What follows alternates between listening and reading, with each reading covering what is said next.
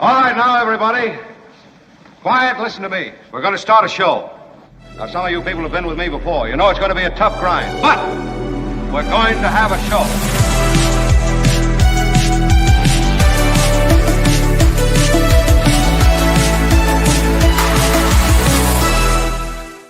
I welcome all on a Monday to our live program. It is a live show, 2 hours.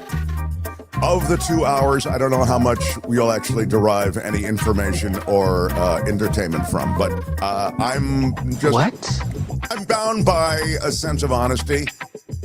I think we have a really great program put together for you today, though. Dr. Michael Daignault will be through. Yes, as RFK Jr. reshapes America's Health and Human Services Department.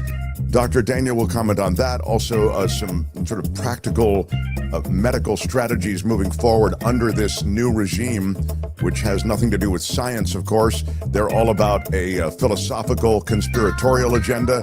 We'll get to him. Karen Dawn comes in first Monday of every month. She has a word about animals, which is very, very cool. Yes. Gary Dietrich, the political ninja, bottom of the hour. The redistricting of Texas. Donald Trump said he wanted 5 more seats in the House, and he may get them. But the answer on the Democrat side may overwhelm the GOP. I'll talk to Gary about that. I'm particularly keen to talk to Gary about California. We are in California, everyone, joining us in the East from 2 to 4 every day, more or less. We try to give you a West Coast perspective on certain things. Usually, we don't really, I think, bring a West Coast perspective to life. But when it comes to politics, in this instance, I feel it's really important. And here's what I mean. Texas, as you know, is already a severely gerrymandered state. I mean, the districts are already very intensely drawn in favor of the GOP. The idea that they could redraw even more intensely, even more severely, these already severely drawn districts is crazy. I mean, it turns the state of Texas into, it becomes a political game in a sense. Now, the Democrats have always had a view, and we'll talk way more about this.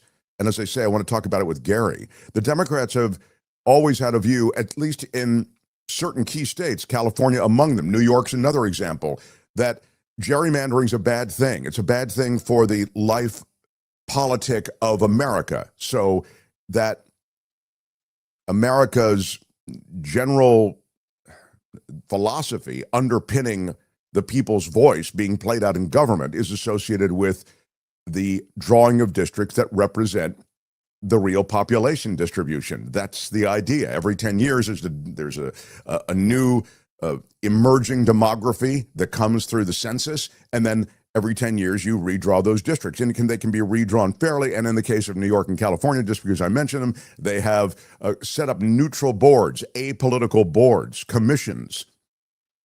In Texas, it's just the opposite. They view it as the opportunity and the declaration that we will follow Donald Trump up this political hill. And Trump has said he wants 5 more seats in Congress.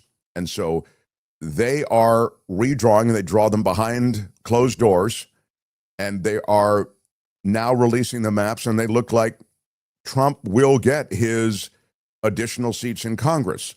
But the Democrats have fled the state, which is a way to prevent the vote from going through. Now, Kim, the idea somehow that the Democrats could flee the state legislature, and by doing so, they won't be able to vote on things. I think it's a great move. It feels kind of gangsta in a gangsta time in America. I mean, it seems to me like politics has become super gangsta in America. Mm-hmm. And your top gangsta is Trump, right? He's just saying, I don't care how you get it. I want 11,780 votes. Mm-hmm. I want fake electors. I want new districts redrawn. You know, he's a real hardball player, and if he's even playing between the lines at all, and generally he's not.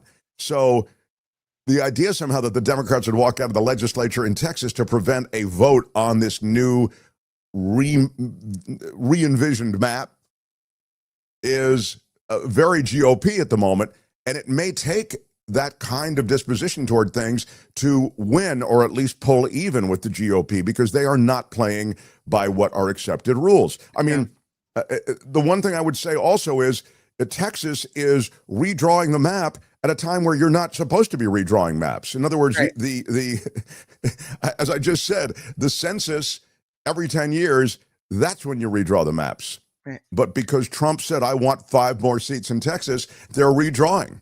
So It's funny Yeah. that that's okay for Republicans to do that at this time. But if California dares to step up and say, well, really, you're going to do that? Here's our response. Then all of a sudden, Democrats are the worst. And how could they possibly do that? And so it's okay, 2 wrongs make a right. And then all of a sudden, Democrats are the bad guy because they dare to play the same kind of ball. yeah, I mean, I don't know who's saying Democrats the bad guy, but I'm guessing every GOP member of Congress is saying Democrats the bad guys. But it really is to Gavin Newsom's credit that Newsom is stepping up in California. And this comes, again, now back around to what I was saying. We'll give you, I think, at times, a really good West Coast perspective politically, because we'll talk to Gary Dietrich, who is really someone who is knee-deep in the Sacramento political scene. And, of course, Sacramento is where the state legislature is in California. And so the realities concerning Gavin Newsom's efforts, threatened efforts, to redraw California the way Texas has been redrawn, only in California to obviously be to Democratic advantage. And there's even talk in New York, Hochul in New York, governor there, saying, hey, we can do this. You want to redraw the districts in heavily blue states the way you're redrawing in heavily red states like Florida, which is also stepping up to the table to serve up more congressional seats to Donald Trump? We can do that. And so you end up with a kind of, it's the worst. The gerrymandering's been around since the beginning of this system virtually, but it has taken on a high art in certain states. And as I say, this back and forth is wild.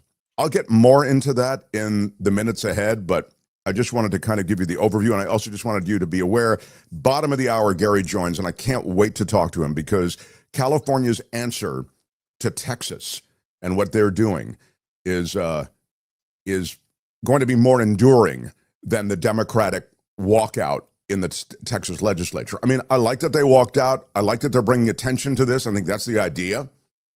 But it's not an enduring strategy. I mean, you've got to come back to Texas. And, at some point, by the way, the governor called an emergency session to get this done so that Daddy Trump could be served up these 5 congressional seats that he wants. So you can wait out the emergency session or special session, but what can the governor do? He can call another one.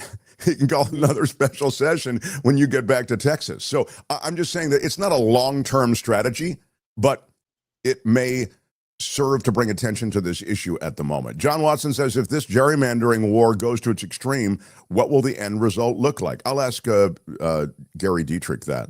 So we're getting a little ahead of ourselves, right into things, but if you can put aside whatever comments, Kim, if you could just flag whatever comments there might be, we will get to them. I mean, regarding gerrymandering and anything we have to pay attention to. Kim is here. Kim, how are you? Didn't mean to neglect. Kim is coming off a big weekend. How is your mother, I should ask? She's all right. Thank you for asking. She's doing getting better. She is getting better, improving? A little better every day. Okay, that's good. And Tony? Thanks, Tony. How are you? Did you do the Angels game yesterday? Part of it, yeah. Oh. Is that right? They won? They won. Angels, California Angels. Yeah. Tony does the technical side of that. Sometimes, he also does Stephanie Miller's show. He builds the KFI radio studios and Bill Handel's studio down at his house. Tony's always on his way to another gig. He just works us in between podcasts for people. Things. Yeah. But But there's another guy who does the Angels games with you? Well, technically, so they have so in the actual booth, there's the guy running it, and then on the radio station side, then they have just a local board up that then runs the feed. So I do the feed stuff, side, and all that stuff. So I do that, but my shift is my shift. So if the game goes in between the shifts, then that. But then last week I ran the Spanish game from the booth, so I did that last week. So que bueno. Los Angeles Angels, Mark, says Becky E. Sorry. No, Anaheim Angels. Anaheim Angels. That's my personal opinion and not anything, but I like it. Oh, I don't know. Isn't it the Los Angeles Angels of Anaheim? Yeah, they had to keep the Anaheim name. There's a whole other mess with that. I'm having my Coachella Valley coffee. I recommend it to all the boys and girls, CoachellaValleyCoffee.com. It is the best coffee on earth, and their latest, the one that I just love. I've fallen in love with this Clarity blend. Oh my God, it's good. So over the weekend, I got a box from Cliff at CoachellaValleyCoffee.com, and he sent me the Lion's Mane tea. It's the turmeric chai, and I'm testing it out right now this morning for the first time. It's good. It's really good, surprisingly so. I thought it would be a little too spicy for me, but it's not. I didn't steep it super long, but boy, is it very tasty. And all of a sudden, I'm doing something for my brain and I'm enjoying the tea. This is great. Love it. Wow. That's very, very, I love it. Turmeric chai. Yeah. In the Lion's Mane tea. The tea is really great. We have it at our house. And, we also have the cold brew coffee. Anyway, we're big believers. I think it's the best coffee on earth. And the tea is second to none. CoachellaValleyCoffee.com. And when you go there, knock around. There are all kinds of tasting notes and tasting profiles that they post under everything, so you can see the right one for you. But use our discount code, MARKT, at checkout for 10% off, because it's a boutique roastery. Everything's hand-roasted. Everything is fresh. It's a fresh crop, new crop. It's not discounted beans that have been lying around the factory floor for 3 months. So this is really it's a small business that we are delighted we are connected to, and I want you to get the discount. Mark T at checkout. I really like the Clarity blend also, says Miss Organic. It's delicious. Yeah, I'm really loving it, and I'm having one more sip before we continue. Rev P says turmeric chai warms the soul. Yeah, right on. Girl, you just ooh, man. I'm going to make some for my mom because if it supports brain health. Oh, sure. For those just joining us, Kim's mother had a stroke. She did. It was a mild stroke. But yet, the scary part is, at least from what I understand, when you have one stroke, then the likelihood that you'll have another increases. So at this point, we're trying to do all the things you can do to prevent the recurrence of another one. Does she take statins? They just put her on one. They just did. Yeah. She hadn't before, though. Yeah, statins are oftentimes given to people with cholesterol issues, but they're now handed out in a very aggressive way, or perhaps in a broader way than they have in the past. And one of the things that statins are particularly effective in preventing is stroke. Yeah. So, I mean, that's and based interestingly, on the research. she didn't have that high of a cholesterol, but yet they put her on the statin because of what you just said. So it's all, Well, the doctor is here, so you should know that when he comes in later, you are allowed to ask any questions pertaining to your mother. So that's, thank you. Yeah, absolutely right. The Mark Thompson Show. By the way, Loni Anderson, who's the star of the 1980s sitcom WKRP in Cincinnati, she passes away. She was just days to her 80th birthday, from what I'm reading. She had a prolonged illness. The WKRP in Cincinnati show aired from 78 to 82. It took place in an Ohio radio station that wasn't doing very well. And there were a lot of really great characters on that show. And she was the station receptionist. She was like this va-va-va-voom receptionist. And she married Burt Reynolds, right? Weren't they married? Yeah. And her, I think doing this from memory, but my recollection is that they didn't divorce in the best of terms. He was it was a very rocky relationship. Man, he was not happy with that divorce. But she remarried. In fact, she's survived by her husband, Bob Flick, her daughter, Deirdre, son-in-law, Charlie Hoffman, her son, Quentin Anderson Reynolds, and she had 2 grandchildren. In any case, wishing that family the best. Look at that. There's Tim Conway on the right. That's, who is that in the middle? Oh, my God. He's, help me, Tony. Benson? Yeah, but what's Is his it name? Robert Guillaume? Robert Guillaume. Is that right? God, Okay, I didn't want to say the think wrong that- name. God, he was Yeah. brilliant. He played Phantom and Phantom of the Opera. He was a brilliant actor. I just spaced his name. He had a And Loni voice. Anderson. I don't know if he's still with us, but what a voice that man had. Yeah, Robert Guillaume. Adam Cohen had it also in our chat. Thank you, Adam. Adam, you do get points for the day. Thank you very, very much. A lot Anyway, of people referencing the turkey drop on WKRP classic. oh, brutal. Karen Cooper says, "Yep, famous episode with turkeys being distributed from a helicopter." This was really funny. Pretty crazy. Do you want something light before I get you into the heavy? You know, when we get off the air on Friday, Donald Trump was just about to fire the statistician, in effect, the Bureau of Labor Statistics. statistician. Yeah, the Bureau of Labor Statistics head. So that happened. So I will get into that, and I'll get into, of course, the gerrymandering and some of the other aspects of politics. But before we get to the heavy, would you like something light? I feel like I've got a chunk of Trump with him cheating at golf, which was pretty. I mean, again, now he just won, apparently, his senior golf championship. But did he really win it? We have Did he video really? as to how he may have won it. And you'll note the caddy. I'm going to ask you to pay attention to the caddy and what they do with the ball. Go ahead, Tony. This is so there's the caddy. Is the caddy just drops the ball? Is that what happens? Kim, you're a golfer. Yeah, I'm a real golfer. It looks like, yeah. Oh, look at that. Well, what is that? Is that just him putting the ball where he wants? Yeah, that's the caddy dropping the ball, and then Trump just kind of, there it is. The caddy drops the ball. Yeah. It looks like this is the same method of cheating that's happened the last 2 times he's played.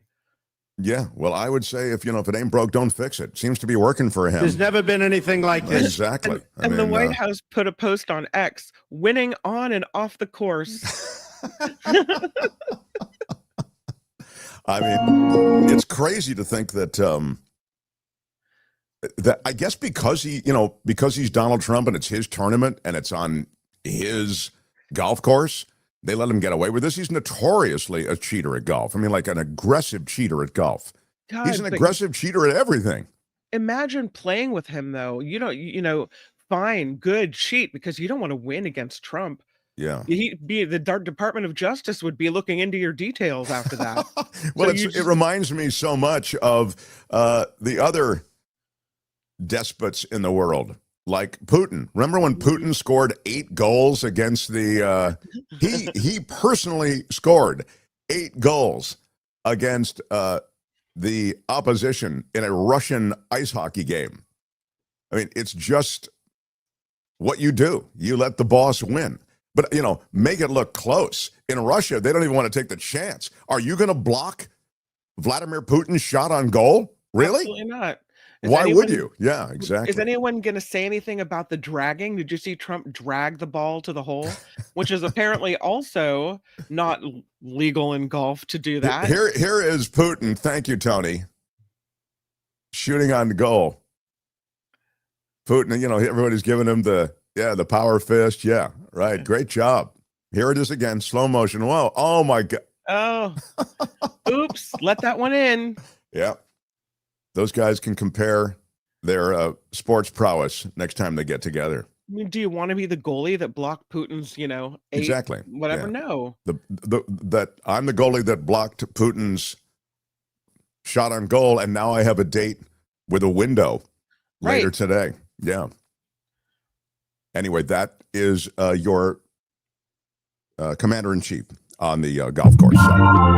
The Mark Thompson Show. When we got off the air on Friday, it was just, I think, hours before the president dismissed the head of the Bureau of Labor Statistics for revising the labor numbers.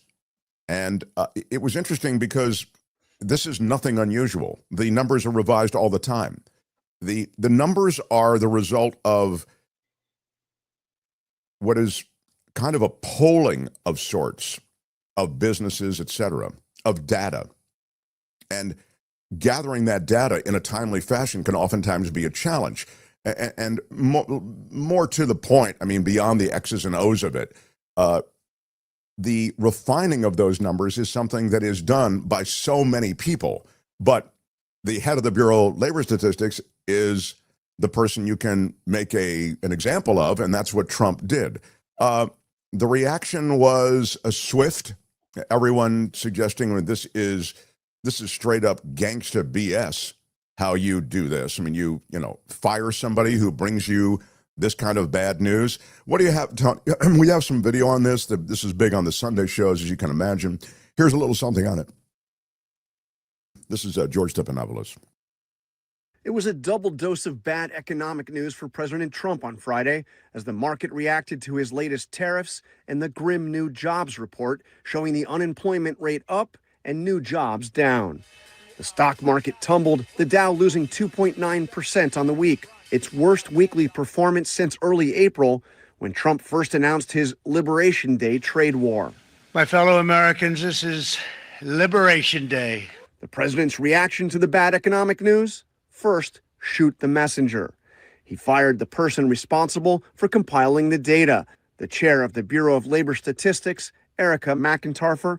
Mr. President, why did you fire the head of the Bureau of Labor Statistics? Because I think her numbers were wrong, just like I thought her numbers were wrong before the election, days before the election. Without providing any evidence, Trump accused McIntarfer of fudging the numbers to make him look bad, also insisting, again with no evidence, that she had rigged job data ahead of last year's election to help Kamala Harris. And by the way, stop. You can stop for just there for a second. That absolutely is not true. There was no, the job numbers actually before the election were not that good. Go ahead, Tony. Ahead of last year's election to help Kamala Harris. In fact, the final jobs report before the election didn't help Harris at all. It was even worse than this week's report. There isn't much evidence that they are politically driven, all this. It's just the nature of the exercise. The Bureau of Labor Statistics is nonpartisan. It compiles economic data that has been used by economists, investors, and academics for more than a century. As for the now fired McIntarfer, she was confirmed by the Senate in January of 2024 in an overwhelmingly bipartisan vote of 86-8. In fact, then Senator J.D. Vance voted for her. William Beach, who was appointed by Trump to serve as BLS commissioner during his first term, said the firing, quote, sets a dangerous precedent and undermines the statistical mission of the Bureau, while calling McIntarfer, quote, a very fine analyst and a good colleague. At least one Republican senator suggested Trump's move was, quote, impetuous. It's not the statistician's fault if the numbers are accurate and that they're not what the president had hoped for. In addition to shooting the messenger, the president is pointing fingers, putting the blame for economic turbulence on Jerome Powell.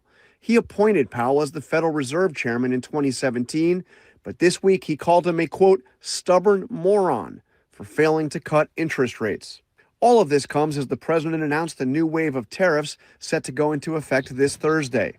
This new round raises taxes on imported products from nearly 70 countries.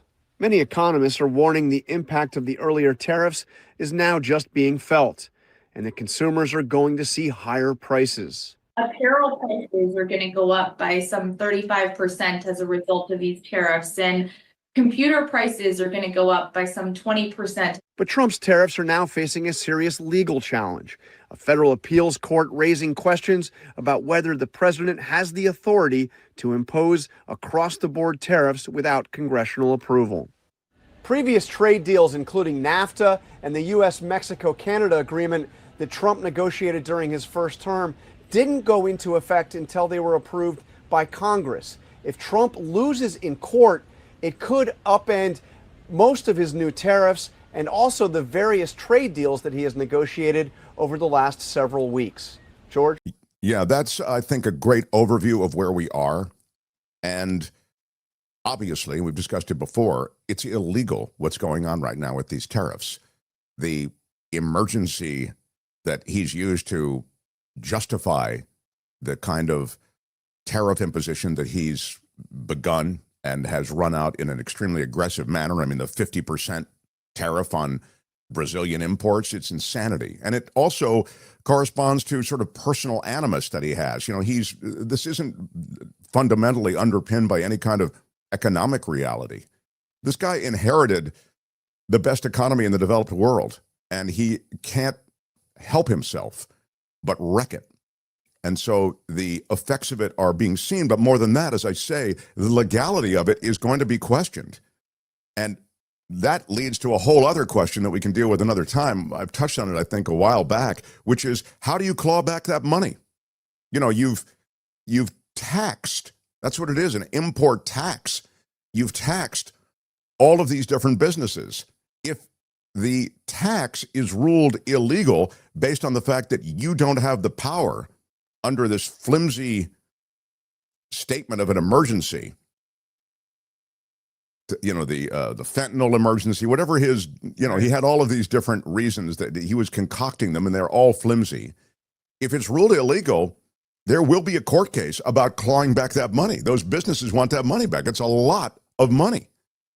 So that's the other side of this. But the economic ripple effect will be substantial. But that was a good overview as to where we sit. I mean, with bad job numbers that have now been revised to reflect certain realities that probably conform to what many thought was going on in America. Look, you've got an aggressive immigration policy, so you're getting rid of a lot of the labor force, and I just feel as though his economic policies haven't fostered a kind of aggressive employment strategy on the part of businesses. I'll speak specifically when you don't know what the tariffs are going to be, you don't know how to plan for your business, you don't really know how to expand, how much to expand. These are all things that make you tentative, and you stop hiring. That's exactly what has happened. Yeah. Add to that, you get rid of tens of thousands of federal employees. I mean, how could the work numbers possibly look good? So more on this with Gary Dietrich, but that's kind of the overview. Go ahead, Kim. Yeah. Just a question. If the Bureau of Labor Statistics woman chief is fired for presenting correct reporting in a document that doesn't make Trump look good, and she's let go because of this, think about everyone in every other federal agency.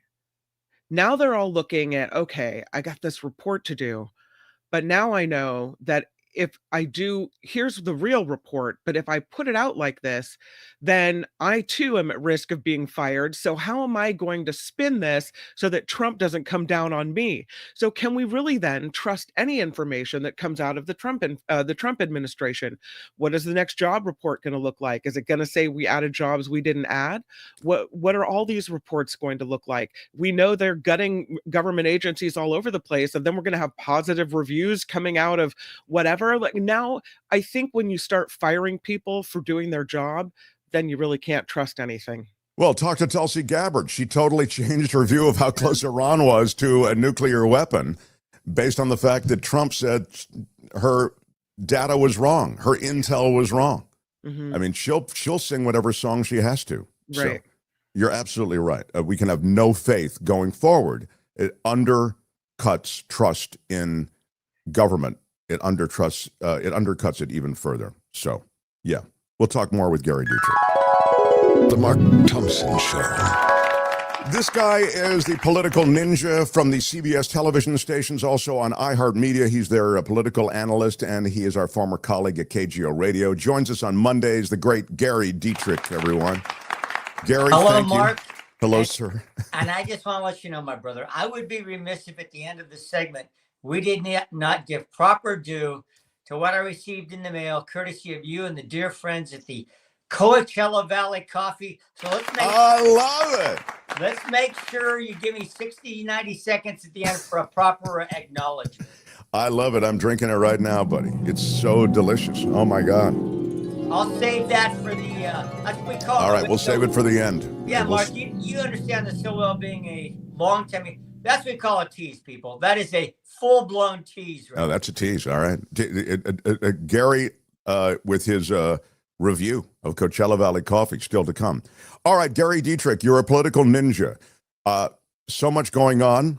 I'm going to start with the redistricting in Texas, already a heavily gerrymandered state. Trump says, I want 5 more congressional seats, and they are serving up 5 more congressional seats. They do it in this inventive, severe, brutal fashion, but it is the brutality of American politics right now. And now the Democrats walk out of the legislature. They're all going to Illinois. They went on a chartered flight so that they can't vote these new maps in. And the GOP sort of hung up at this point as to moving forward. Now, I'll just say as an aside, and then I'll let you speak, of course. I don't think that, I was saying this before, this is a sustainable strategy. It brings attention to what's going on in Texas, which I think was the idea. But obviously, they have to return to the state at some point, and there are fines being imposed, et cetera. Give us a state of the state on all of this. And then what I really want from you is the California response. Okay, so you have it exactly right. This is, certain elements of the political spectrum are going to call it a publicity stunt. On the other end of the spectrum, they're going to say this is absolutely necessary highlighting, billboarding of our concerns. And so we need to do it. Now, here's the deal. You really hit on really the important pragmatic point of this, Mark, and that is it is not going to stop the process in Texas. Why? Because they can leave the state, which, by the way, it's not the first time Democratic legislators have done this. They've done it twice before in the last couple of decades, left the state to deny the legislature a quorum. They have to have a 2/3 quorum to be able to conduct business. But the problem for the Democrats, and they know this ultimately, and this happened in these 2 prior instances, there's now a 30-day special session called by Governor Abbott. But if they were to exhaust that and stay out of the state for that full period, which is in some people's minds also unlikely, he could simply call a new special session, and he can do that ad infinitum. So this is not sustainable or pragmatically efficacious long-term, but it does bring a big spotlight to it. Interestingly, this time around, they're going to 3 big blue states, Illinois, New York, and let's see, what's the other one they're also going? Anyway, it doesn't really matter, but the point of that is interesting too, Mark, because that's where the pressure point, along with California, which you wanted me to get to now, is Illinois and New York are the 2 other big blue states whose governors are now making noise. Okay, we're going to look at redistricting our states as well. So the destination, I mean, they could have gone to the Bahamas, but they went to these big blue states, and there's a reason for that politically. Now, California. Okay, Gavin Newsom's the one who's made the most noise and has the most, the largest delegation to try to, quote unquote, in their words, fight back about this. Here's the interesting math about it, that in California, you've got 52 congressional seats, lost 1 last time around for the first time in state history, but 52, only 9 of which are Republican. That means he's got to carve out more than half of the current Republican delegation, 5 out of the 9 seats he says he wants to try to get. Whereas in Texas, there are 13 Democratic seats out of the 35 total congressional seats in the Texas delegation. So you can see the map there. It's going to be even more heavy lifting in California to get those additional 5 Democratic seats than it is to get the 5 Republican seats in Texas. Now, if that doesn't have people confused, okay, well, I'm sorry. Well, but let me follow up on that. But it's not just California, right?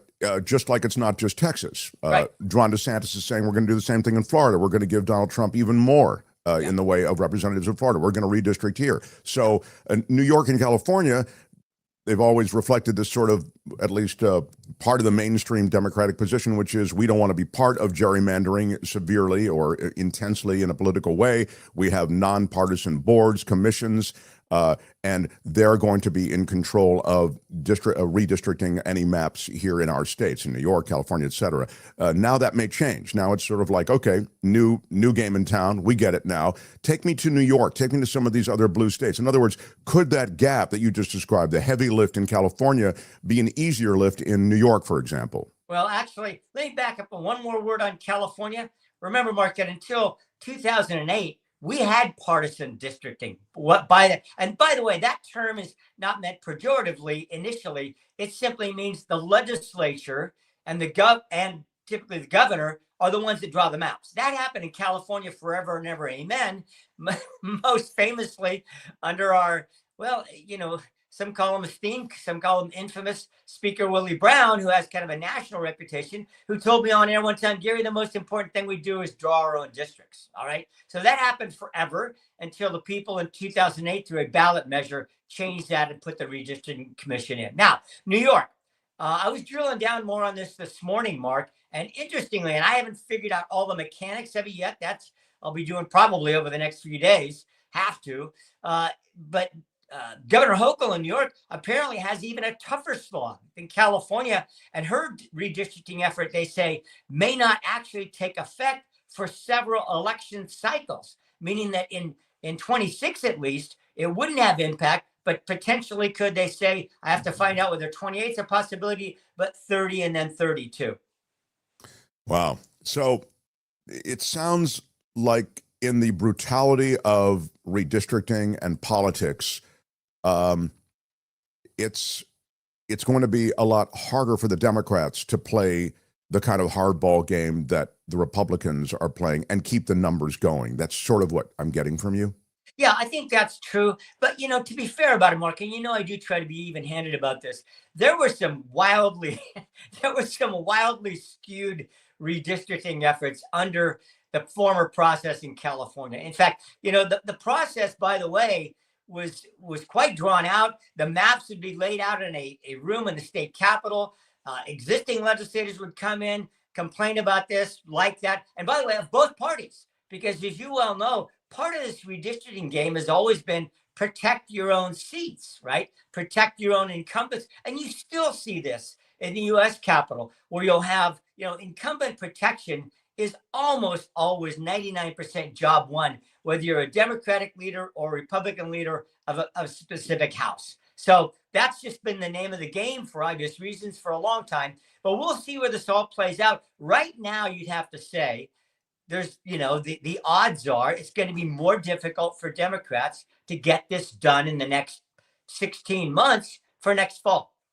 Yeah, I mean, the clock is ticking, and this is a Trump edict that he wants those seats, and it looks like he'll get them in Texas. And to your point, the protection that they're providing to existing seats seems pretty ironclad. They're kind of counting in some of the redistricting. They're kind of counting on, and these are districts that, went for Donald Trump by pretty big numbers, so that they know that they're pretty heavily red. They are counting on the Latino vote in a big way, which did go for Trump in a distinct fashion, as you know, in Texas.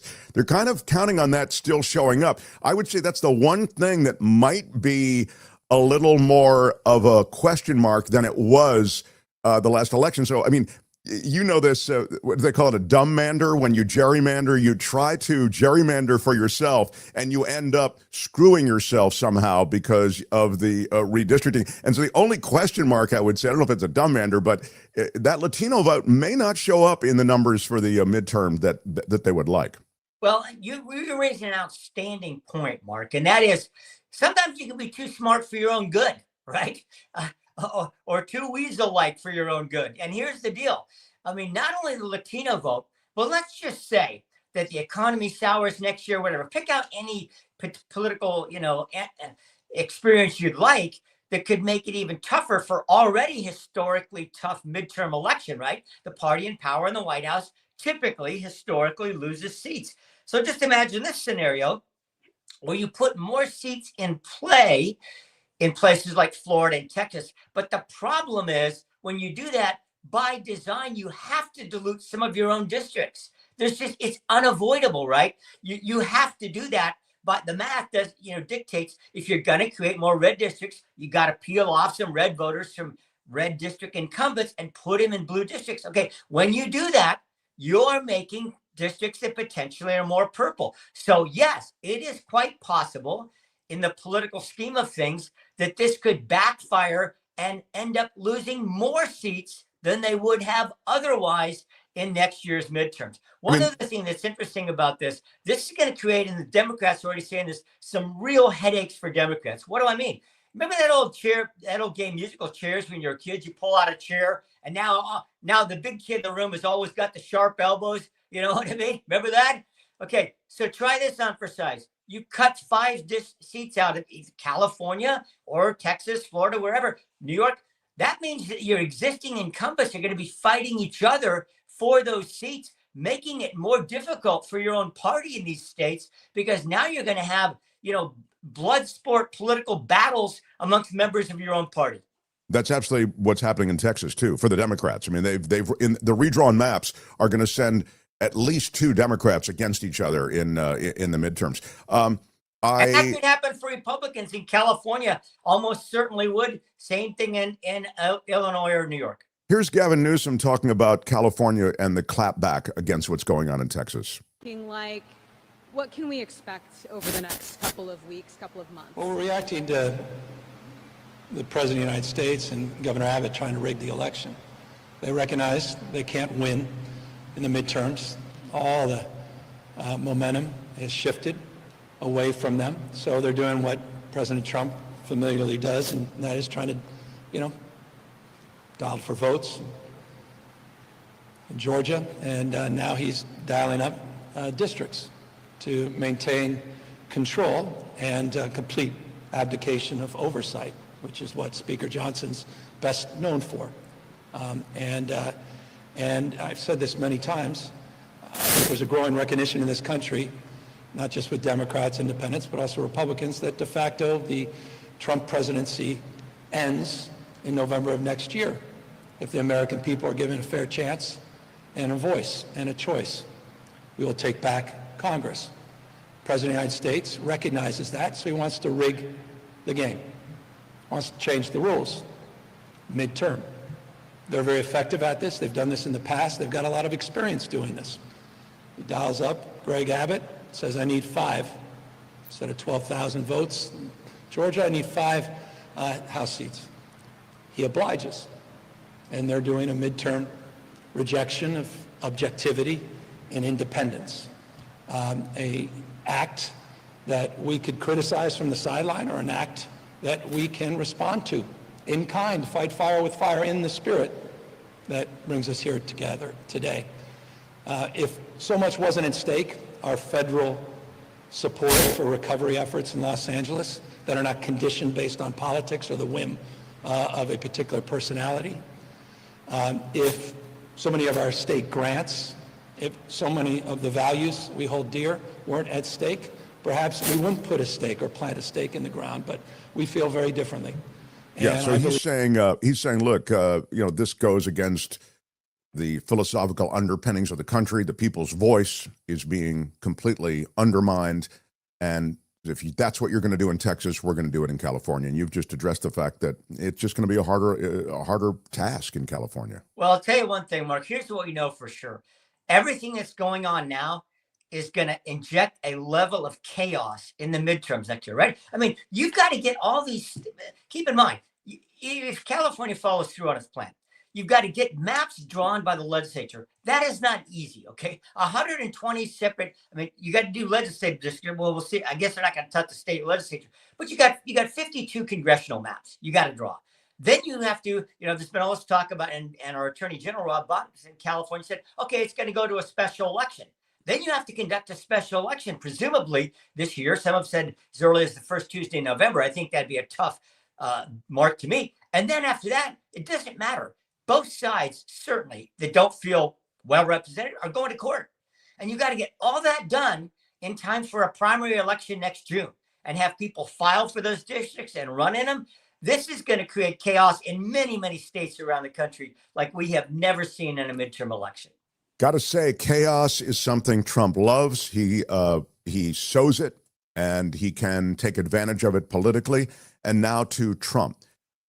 The firing of the person who just heads the agency, I mean, she didn't come up with these figures. She sort of is she's clearly competent and clearly in charge of the agency. But as I say, a lot goes into this Bureau of Labor Statistic number that is oftentimes revised, as you're aware. And these revisions are typical.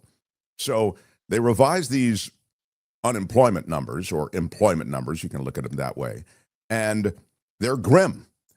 And so he fires her, the head of the agency. It's the most gangsta move, you know. It's like truly a, I mean, if I gotta say, if Obama or Biden had pulled this stuff, you would just never hear the end of it. Yet it's very on brand for Donald Trump. Don't bring me bad news. Don't challenge my narrative, which is that everything is going terrifically. Well, this is one of those positions that you never hear about until you hear about it, right? I mean, whoever thought about the head of the Bureau of Labor Statistics, whatever. Most Americans are going, I didn't even know there was such a bureau. I mean, I hear these jobs numbers things on my AM radio. Sometimes that's about it, or on the financial news channels. Interestingly, apparently she's been, you know, frankly, a fixture in that agency for decades. She was just, you know, a person working there, moving her way up the ranks, and then she got this job. And some important points to this, I think, are worth making in the broader context. This revision of jobs numbers has been a concern amongst many economists and business leaders for a number of years, and it's been growing. Take politics out of it. They say we have to update because of the change in our labor structure, right? The labor force structure. It's not as easy to measure some of this as it was in the past. You know, how much do you include a gig worker or do you not, right? How much service workers? So many people have 3 or 4 different kinds of part-time jobs, right? Especially in the tech industry. They might work for several different kinds of things as a freelancer. So people have been saying for a while, this is creating increased volatility. And this has been true over the last number of years. The revisions up or down in these numbers have been far more dramatic than they have been in the past. And in fact, even nonpartisan economists are saying, yeah, the revisions now that we're getting over these last 3 months, the revisions of these 3 months jobs numbers are historically large. So this is part of the backdrop of this. You know, the system for creating these numbers, no knock on the lady herself or even the Bureau, but the sort of the mechanism for creating these numbers, people see needs to be changed. Now, to the politics of it. By the way, just let me just mention one thing.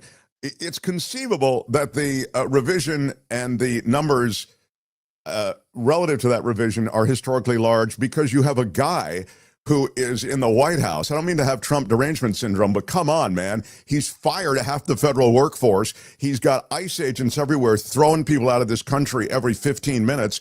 And he's got a tariff policy that has made businesses tentative about hiring and expanding. So for those reasons, it's conceivable that you could have a huge revision as a result of a huge economic policy that's on its side. Yes, in highbrow places like my esteemed alma mater, the Kennedy School, the Chicago School of Economics, they would call this, Mark, an inflection point in the economy. Okay, what does that mean? That means you have a lot of big forces. It's sort of like the perfect storm thing. You have the three different forces you mentioned of, immigration out, so to speak, the tariff impacts and large federal employment cuts like we've never seen before. Those are all combining to make this a far more uncertain job counting environment than we've had maybe any time in our lifetime. So to your point, that's the so-called inflection point. It's harder to get accurate numbers when you have those forces all at work combined. All right. Here's Murphy Rowan says, business owners like me have to report number of employees and total wages paid every quarter. It is mandatory, and the wages reported have to match your payroll tax report. So there are certain kind of boilerplate aspects of this that speak to its legitimacy. Play for Gary Dietrich and for everyone from Meet the Press this weekend. Go ahead, Tony, if you would, please. This is Kevin Hassett, who's the White House National Economic Council Director. the jobs revisions, I literally called up that person and said, I think there's a typo, because I've been following these numbers all the way back when I worked with Alan Greenspan for something like 40 years, and I've never seen revisions like this. But just to be very clear, I mean, there are 40 people put these numbers together. Is the president planning to fire all 40 people involved in putting these numbers together? We're going to try to get the numbers so that they're transparent and reliable. President Trump himself was happy to accept the jobs numbers issued under McIntyre's leadership when the numbers were good. Take a listen to what he said in the past. The numbers were much better, as you know, than projected by the media. In 3 months, we have created 350,000 jobs. Think of that. A lot of jobs are being created. That's what happened this morning. We saw the jobs. So is the president prepared to fire anyone who reports data that he disagrees with? No, absolutely not. The president wants his own people there so that when we see the numbers, they're more transparent and more reliable. And if there are big changes and big revisions, we expect more big revisions for the jobs data in September, for example, then we want to know why. We want people to explain it to us. All right, but bottom line, were the numbers wrong? Do you have any hard evidence that you can present to the American public that these numbers, these revisions that were reported, and there were plenty of revisions under former President Biden, including right before the election, do you have any hard evidence that these numbers were wrong? Yeah, there is very hard evidence that we're looking at the biggest revisions since 1968. Are you going to present if that you look evidence? at the number itself, it is the evidence. But just saying it's an outlier is not evidence, Mr. Hassett. It's a historically important outlier. It's something that's unprecedented. Still so unprecedented it's still that not I've been looking at it evidence, for 40 years, and I'm like, it must be a typo. Okay. All right. Let's. Yeah. Okay. So that is the White House pushing back. I mean, it's great they do it so unflinchingly that it sounds legitimate, but the reality is, Gary, these numbers really are underpinned by a system that is fairly legitimate, wouldn't you say? I mean, the basic stats that go into the labor numbers, or were you alluding before to the fact that the whole thing has to be reimagined? Well, I don't know that you have to go that far, and I'm not a professional economist, okay? But when you're listening to folks in that world who do this for a living, as well as, business folks who follow this stuff religiously, literally on a daily basis, right? Because they have to, hedge fund managers and all kinds of others, right? I mean, these jobs numbers, by the way, people must know this if you're a stock investor. These are a huge indicator and mover of stock prices. I mean, they are very closely linked and a prime indicator in most people's minds of the health of an economy and its direction. So I think, Mark, there's conversations now that, remember, under Biden, and Trump was complaining about this. There were revisions of the numbers upwards, you remember, right? And the concern, I think, amongst some who do this for a living is we've got to find better ways so that our delta, as we say in the statistics world, right, our variance off the initial numbers, and this really confuses people. The federal government feels obliged to get a number out soon, right? As some indicator, not wait 3 months. They say, well, why don't you just wait? Because you don't want a 3-month lag on how the jobs market is doing, because the Fed and others, I mean, and business leaders for investment, they use this as an important tool. So I think the notion, Mark, is not a wholesale revision of the process, but a look at how can we make it more accurate so that the delta, the difference between the initial projections and the final numbers, is not so big, either up or down. Yeah, I mean, maybe the timing has to be adjusted so that the revision isn't a revision of 2 months data, which is what we're looking at here. But Mark, I will say, you're hitting on something important, and that is the use of any data for political purposes, right? And people over the decades have done this. Polls, they do the same thing, right? Sure. No candidate quotes a poll that isn't favorable to them. And they highlight ones when they are. Trump's done this famously, so have others. Remember that now, I mean, this may be a good drop for you, Mark, to pull this up somewhere. There's lies, damn lies, and statistics, right? I mean, that has become like a political moniker. And so that's the challenge in all this. You want accurate data. I mean, frankly, I don't care. Most people should not care if it's accurate. Hey, take your medicine, Trump or whoever, and swallow it. Well, good luck having that meeting with Trump. He's not a big one for taking his medicine. And so we successfully have seen the controversy and the political relevance, I think, which is still has some staying power around Epstein move to the last thing we bring up in this conversation. And I think everything that happened with the economy and this economic news and the firing helped to bump Epstein off of the front page for the most part. But again, it's not going to stay that way. So we haven't had a chance to speak with you since Todd Blanche goes down to Florida, meets with Ghislaine Maxwell, takes no notes, apparently. There's no access to any kind of notes, and has this meeting. She is then moved to a different prison, which is sort of like a Club Fed type thing. Typically, people who've been involved in the kind of crime she was convicted of. She was not charged. She was charged and convicted. This human trafficking and child sexual assault.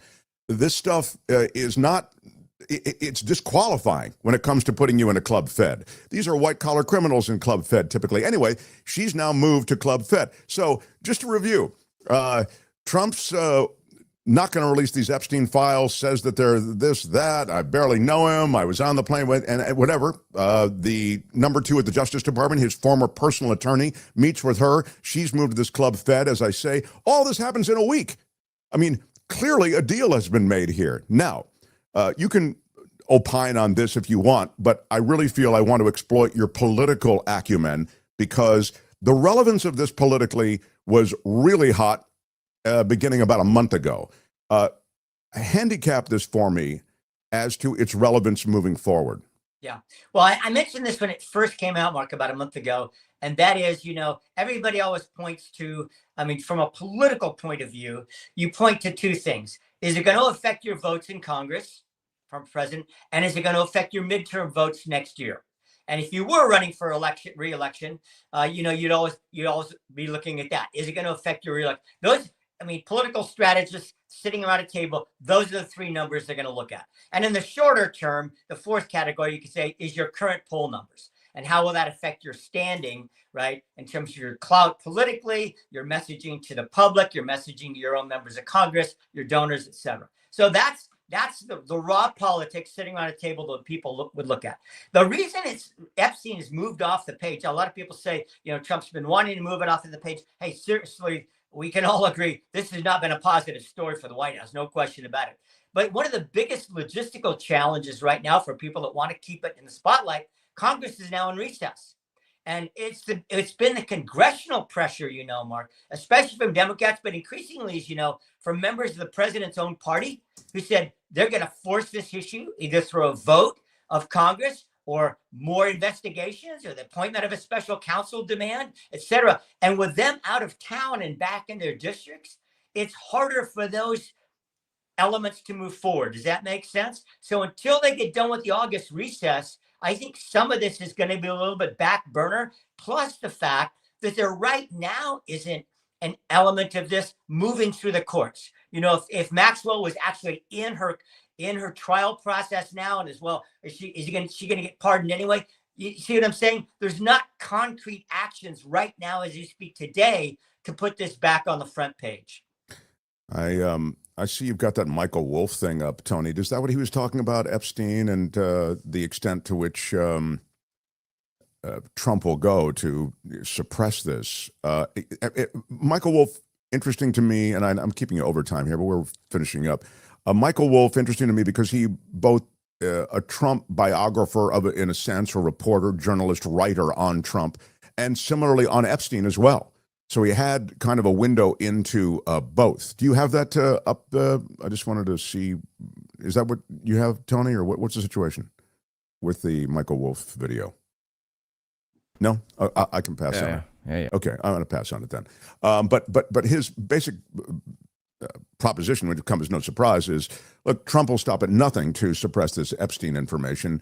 That Trump is, was best friends with Epstein for many, many years, and it would be to strain credulity to think that he didn't know a bit of what was going on, and even Wolff was suggesting participated on some level, but it's a little unclear as to, it seems as though That's the gray area. And maybe that's the most politically damaging, was why I mentioned it to you. All right, so Epstein is pushed off the front page, as you say, for all the reasons you suggest. There's no trial to follow, et cetera. It's really up to MAGA Nation, that was outraged a few weeks ago, to continue outrage, and then that will vault it back up into the front page. I think, Mark, to your point, though, two things I think right now remain key. There's never been any debate, and there isn't right now from any serious corner, Republican or Democrat, that Maxwell didn't do what she did. I mean, there's widespread agreement. You know, she is a serial child trafficker from all accounts, and a serial child abuser from all accounts, and an accomplice. There's no disagreement about that set of facts that I hear of any consequence. And the second thing is, this is not going away. Okay. And it may be more, it's been picked up by the Democrats, as you know, and driven by it, but the MAGA base is not done with this. I mean, that's clear. So those two powerhouses, the Democratic machine, you know, and his own MAGA base, are not going to let this go away. So my expectation, Mark, is that when Congress comes back into town in September, this gets fired up again. All right. We wrap up with you. I'm so glad you received our wonderful gift of coffee. Hey, can I do a 30-second show and tell? Please, please. And this is not, by the way, for the people need to understand, I'm not being paid for this. I'm not a social media influencer. This is not some paid unboxing by Gary Dietrich, who's selling his soul to a wonderful coffee company that Mark loves. I just want to say my shock. I expected, okay, they're going to send me a little 1-pound bag of coffee. I'll put it in. Mark, a 2-pound bag. Wait for it. Come on. Wait for it, people. Not one, 2 2-pound bags. Wow. Okay? And I know that they had some kind of Secret Service intel, because Guatemala, this particular says notes of apricot, brown sugar, and dark chocolate happen to be 3 of Gary Dietrich's favorite things. So I'm sure I was researched in advance. How to do that, I don't know. Okay. Yeah, the dossier on you. And Mark, you've been such a good pitch man on TV in the past. Wait, friends, that's not all. Because we got I received 2 Coachella Valley coffee mugs, one of which I used this morning, with by the way, the Sunrise blend. I tried that first, and a little travel mug. And then finally, friends, the pièce de résistance, as my dear friend Mark texted me last week. Oops, they sent you whole bean coffee. They were supposed to send you ground. So I'm thinking they're going to send you a grinder, something, you know, one of those little things you put a couple scoops in. Wait a minute, friends. Look at this thing. A gigantic box. Yeah, I'd ask Gary, do you want a whole bean or do you want ground coffee? And it's our, gift through Coachella Valley and our friends there for all the, work he does for us. And he said, grind it, please. I don't. And so we had, by mistake, they'd sent the beans, the whole beans, and all those, pounds and pounds of coffee. And so they said, no problem, we'll send him a grinder also. That's the kind of people they are. They're just amazing. Not just any grinder, Mark. I just want to point it. It's the conical burr. I don't have no idea why that's supposed to be a thing, but it is. The coffee files out there will say, man, Dietrich got himself quite a grinder. So I don't know. He has a timer on the thing and adjustable for various grounds. Look, I'm just a basic coffee dude. I don't know anything about notes of coffee and conical burrs. But my heartfelt thanks go out to you and the team, Mark, as well as the good folks at Coachella Valley. Well, I'm so glad that you got it. I'm so glad you're enjoying it. And you should get hip to the different grinds. I mean, go on ChatGPT or something, ask how to do it. And you can enjoy the taste experience in all these different ways. But I'm really delighted that you're delighted. So CoachellaValleyCoffee.com, our friends, our sponsors, and they are big supporters of this show. And now you have a piece of that support as well. Thanks, Gary. Love that you spend time with us, and I love that you got our care package. Thanks, buddy. All right, Gary Dietrich, everybody. And I should mention Gary Dietrich's segment is sponsored by Bill Campbell at RE/MAX Gold. If you're relocating into or from Northern California, that's really Bill Campbell's area of supreme expertise. If you want a highly respected real estate professional, it is Bill Campbell. RE/MAX Gold. Call or text him 530-448-7474. Again, you can text him 530-448-7474. Bill Campbell, RE/MAX Gold. The Mark Thompson Show. Wow. Love that they hooked up Gary Dietrich in a big, big way, Kim. Really impressive. Yeah. I am wondering where Kim and Tony are. You're still with me, right, guys? Because I've got another guest coming on. All right, cool. Wasn't really sure what our plan is. We stayed away because we knew that the good doctor is already here. I see. No, I saw the doctor in the green room. And I want to encourage everyone to join our show, subscribe to our show, smash the like button on the show if you with can. your iron rod. It's free. The show is free. We're really an NPR PBS model, and sadly, NPR and PBS are going away. The Corporation for Public Broadcasting, Trump has successfully, I didn't mean to get off on this digression, but just briefly, Trump and this administration successfully clawing back the appropriations for CPB, and CPB is closing. So they're the big funders of NPR and PBS. We'll see what the future is for many of these stations, but I think essentially everything is packing up. And so we certainly hope we don't suffer the same fate. Ours is the same basic strategy, which is we provide the show for free. We do it on YouTube, and we also offer it as an audio podcast across Spotify, across Apple Podcasts, Google Play, all of the Google Podcasts, and beyond. All the major podcast platforms, all for free. And we're really supported by, as they say, listeners like you. And so now with your NPR going away, maybe you've got a couple of extra dollars to throw to us every month. You can do it through Patreon and PayPal. We post the names of everyone who supports this show through Patreon and PayPal.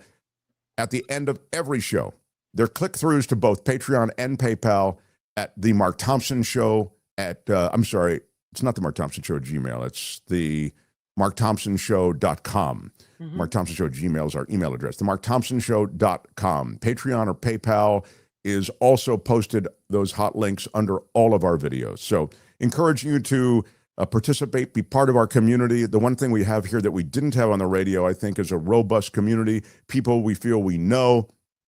I would call them friends and friends of the show. And it's a really special relationship we have, and we'd love for you to be part of that community. Wes Theory, I give when I can, he says. And there's a 10 spot through Super Chat. We, of course, have Super Chats and Super Stickers that are well underway every day during the live show. So thanks for that. And there are also ways, after the show is airing, if you're watching it in delay, you just hit that $sign at the bottom of the chat, and you can leave money that way too. Sadly, this is something I didn't have to do and don't have to do on commercial radio. Of course, commercial radio, they snow you with 7.5 minutes of spots. I mean, so that's the trade-off. On television, there are commercials as well, right? Here, we don't have as many commercials. I know it's an annoyance to some of you. The YouTube commercial, we have no control over that. But all I'm trying to say is the underpinning that really allows us to be with you every day is the Patreon and PayPal community. So still, thank you for a $5 super sticker. This is a super chat from Harry Magnan. $5 for the Texas Democratic legislators. Tienen agallas. What does that mean, Kim? I don't know the answer. Tienen is they have I'm guessing agallas speaks to anybody? No? I mean, Google it. All right. Tony will Google it, I'm sure. Agallas guts. There it is. Thank you. Very well done. Yeah. Delette says, I'm proud to be a supporter of the show. I have to say, I'm proud to be a supporter of this brilliant show, she says. Delette may be one of our great OGs. She gets all of our merch. And we have a merch site, which is just really a fun place where you can get sort of a lot of fun stuff. And Delette gets our merch. Delette makes big donations. She's a big either Patreon or PayPal, I forget which, but she's all over our show as a supporter. And I'm so very grateful. And I think she is worthy of a statue on Thompson Terrace in the metaverse. Oh, and that's what? I know. I Nice. want to make that announcement. Yeah. Delette will be getting a statue in the metaverse on Thompson Terrace. A Trevor Starr in Hollywood with a $10 super chat, 1010. I need to get a new car because my old one died. Know any good towing companies, Mark? Also, happy Obama Day. That is a reference to the fact that my car was towed over the weekend. And the reason Trevor knows that is I was talking about it on the radio in Los Angeles. Do you want to guess quickly? I don't want to keep I can't keep him waiting. What did you do? Did you park in a bad spot, or did you have a ticket and get a boot? What happened? I parked in the same place we've been parking for the dozen times we've gone to this restaurant, and we've never been towed before, even though there's signage everywhere saying you're going to be towed. And the reason we don't get towed is we look around and we see a bunch of empty spots and we just figure out we're fine. The difference was that we met these people who wanted to eat early. So we had an early reservation, and Courtney and I usually eat dinner late just because of the way our lives are. So now we're eating at 6 o'clock, which is way early to me. And we're parking in our same spot. Only the towing enforcement is far different at 6 o'clock than it is at 8:30 at night or 9 o'clock when we normally eat. And so I came out. I thought the car had been stolen. Busted. My brand new car, not even 1,000 miles on it. Wow. And they had towed it. And how much do you think the tow was, Kim? You want to guess? Say how much was the towing fee in Los Angeles? I'll remind you, it is Los Angeles. Los Angeles. Can't be that different than San Francisco. No, I think that's exactly right. It's comparable to San Francisco. $600. Wow, look at you. Did I get it right? Yeah, it was 600. Okay. That's very, very good. Yeah. So it should be 300, okay? If you get your car towed, it should be 300. In fact, Courtney and I were guessing what would it be. So if you guess 300 in the chat, I think you're right on. That's what it should be. But here's how they get you. That's normal prices. This is Right. California prices. No. At this place, it's 300 also. Okay. But here's how they jack it up. It's after 5 o'clock. That's another $150. All right. There's a fee for using a special device to lift my car up instead of just towing it old school. That's another 100 and something. And then there is a transaction fee and a tax and license. And before you know it, or whatever it is, it gets to you and you're just screwed. So anyway. That's fun. Yeah. So, sounds like you had a great weekend. Yeah. Good times, everybody. Good times. Yeah. The Mark Thompson Show. We cherish this guy. He is a real live ER doctor. And as a real life ER doctor, Dr. Michael Daignault sees the real effects of public policy, of health policy, and he's also able to, when he visits here, give us a sense of the kind of the jetliner view of what's happening, for example, with RFK Jr. at HHS, with the vaccine policy and all the rest. So glad that he's joining us on this day, Dr. Michael Daignault. Hello, sir. Hey, Mark. How are you? Good to see you again. Good to see you. So much to talk about. Right. I want to start with the CDC. Used to be this respected organization. You can tell me to what degree that respect now would be misplaced. I mean, how the CDC has been damaged by Trump administration policy. But they made an announcement about the MMR vaccine rates for kindergartners. And I guess the latest information reflects that the MMR vaccine, that's measles, mumps, rubella vaccination rates for kindergartners is falling again. This is the 5th year in a row. Can you speak to this and what this means for public health? Right. So, you remember a month ago, we covered this on the radio and we mentioned how the data hadn't come out for this coming school year. And then here we are, the announcement last week. So just to remind our viewers and our listeners, with measles in particular, all mathematical models show that you need 95% vaccination coverage for measles in particular, because it is such a highly infectious disease, probably one of the most infectious diseases on earth, that one infected person can infect 18 others who are unvaccinated. And so once that rate is 95%, that provides a shield for the community where you live, so that people that can't get vaccinated, so that's babies under 1 year old who are not eligible, pregnant women can't get vaccinated if they haven't been before because it's a live vaccine, people on chemotherapy, people on biologics for autoimmune diseases like rheumatoid arthritis. When that number dips below 95, you're going to have outbreaks. And this is the 5th year in a row that it's been under 95%. Last year it was 92.7. This year it's 92.5. And that's very concerning. As we've mentioned before, we've seen 1,200 cases this year. It's the highest in 30 years. We've had 3 deaths, unfortunately, from measles, many more hospitalizations. And so we're seeing the effects of that vaccination shield for measles in particular being under 95%. So do you expect to see then a corresponding rise in, for example, measles, which, as you say, is so very contagious? I mean, I think we have, right? Like if it's been under 95 for the last 5 years, it's not a surprise that already by April, we were far exceeding the number of cases from the year before. And I think as, RFK and as the HHS secretary and the rest of his cohorts at the different public health institutions right now continue to spread misinformation about vaccines, it's just gonna get worse. I mean, the one good thing that, if you look at last year was 92.7, this year 92.5, wasn't that much of a drop. It's just that when you take it in the whole of the 5-year cohort that it's been under 95 that's an additive effect.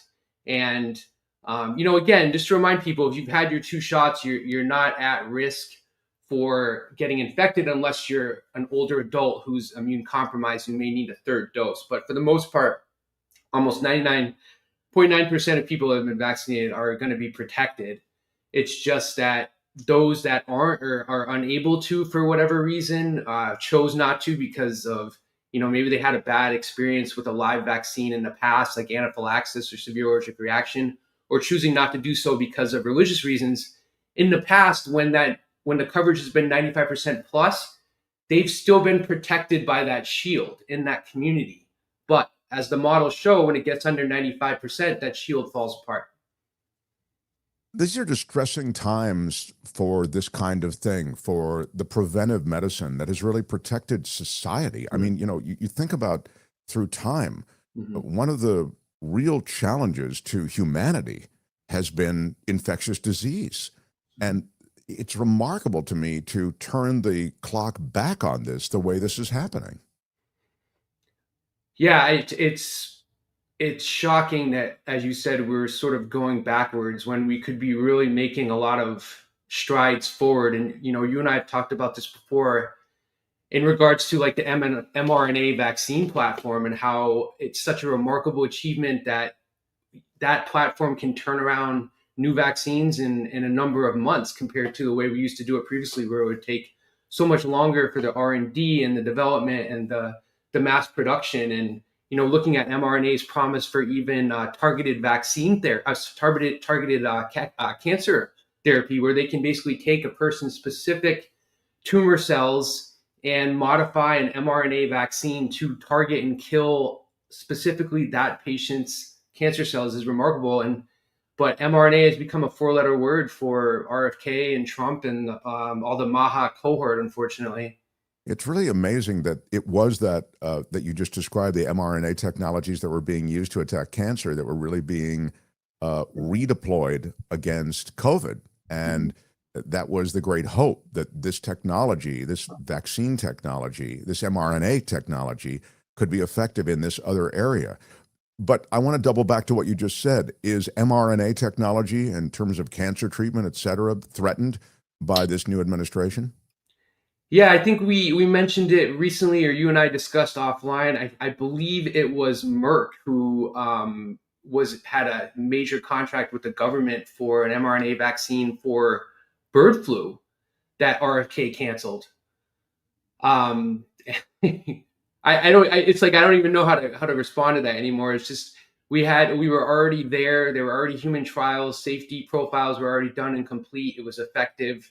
And again, using the mRNA vaccine for something like bird flu, which hopefully doesn't take off and become a pandemic, by the time we roll out a potential vaccine and we see that, again, hypothetically, bird flu had mutated, you could go back, scientists can go back into that platform, tweak it, in small specific areas, redeploy another vaccine that's more effective. And so now that you've canceled that contract with government because of this promotion of, vaccine, pharmaceutical companies are making all this money off of us. They don't really care about our health, and they're just pushing out vaccine after vaccine after vaccine to make money, and contributing to that misinformation around companies. Now we're kind of flying blind if bird flu were to take off, which thankfully so far it hasn't. It's interesting that you frame it this way, because I'm thinking about all the ways in which medicine has evolved positively, and now it's sort of being undermined by the general idea that the big pharma companies are the problem. And I've always felt, because there is a big bad aspect to pharma from a price standpoint, particularly, I always felt as though the advances in pharmacology, and this is a question, so I'm asking you to either verify this proposition or not, that the advances in pharmacology have always been fairly sound. And I shouldn't say always, but generally been very sound. And there is a lot of public money that goes into this development. There's also a lot of private money, and there are a lot of exchanges because of those various capital commitments. We saw it with COVID-19. But Right. my point is simply, the problem with big pharma, I've always felt, hasn't been so much that the vaccines they're offering or the pills they're offering don't work. The problem has been they work, but I can't afford them as an American. And I wonder if you can tell me how much of that statement and how much of that idea that I've just proffered is true.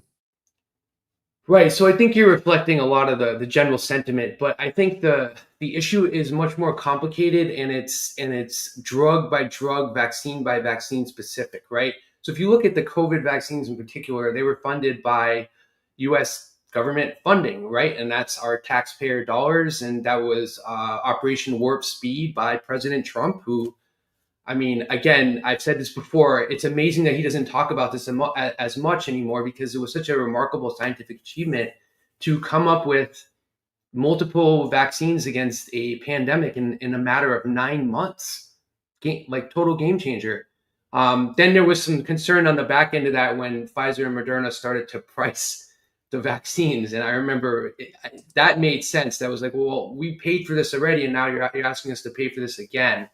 The flip side of that coin too, if you look at pharmaceutical drug manufacturing over the last, few decades, a lot of the drugs that come out are what we call Me Too drugs. Like they're drugs that are already out there on the market for a specific disease or ailment, and just through chance, through research trials, companies find out, oh, there's this potential side effect here on this drug, that we could remarket it for something else.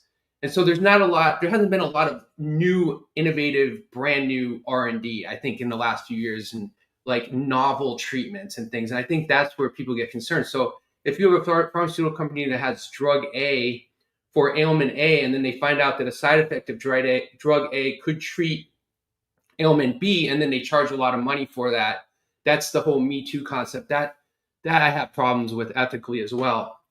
So, I mean, again, to answer your question, I think it's very drug or vaccine specific. Yeah, and that's probably right. I mean, and I think we all tend to think sort of in generalities that perhaps, aren't appropriate for how there is a lot of nuance to all of this, and there are a lot of specifics. So RFK Jr. is going to fire members of this U.S. Preventive Task Force? What's happening with RFK Jr. and the firings that seem to be going on at the highest levels at HHS?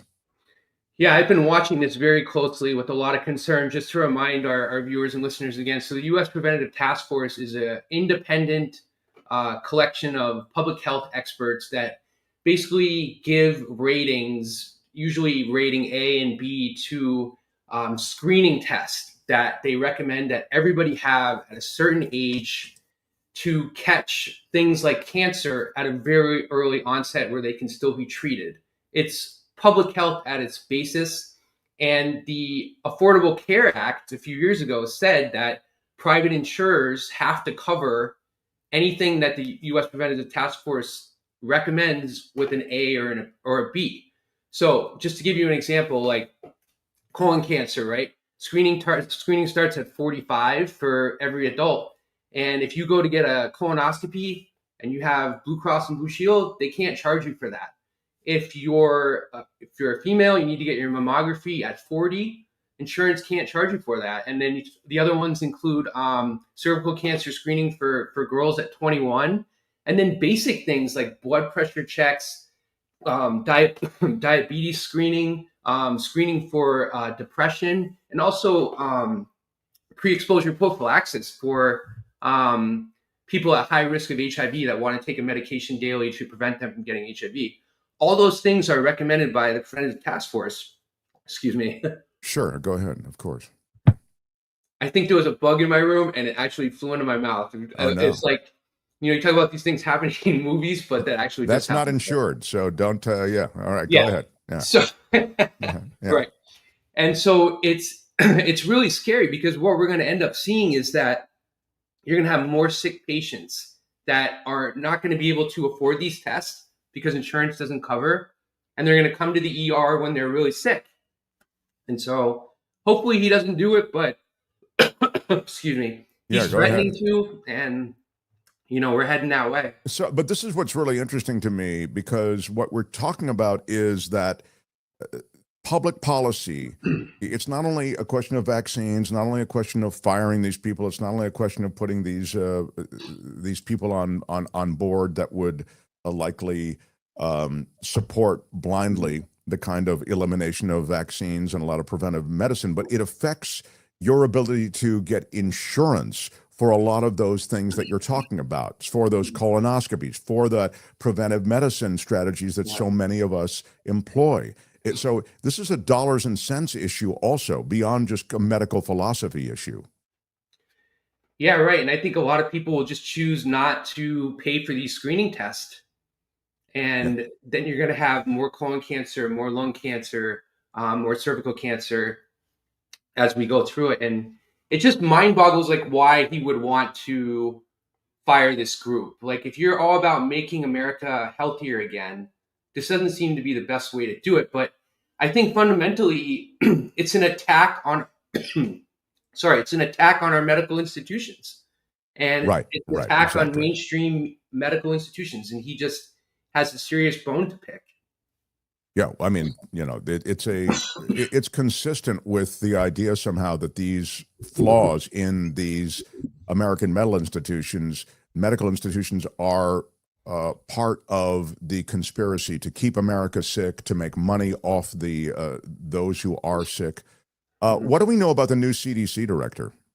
Yeah, so Dr. Susan Menarez, I was doing some research about her this morning. So just to back up a little bit, if you look at who we have at FDA, Marty Makary from Johns Hopkins, he's in line with RFK. He's been lately, talking about how he knows people personally who sufferred bad side effects from the COVID vaccines, and he's just sowing a lot of doubt and misinformation about COVID vaccines.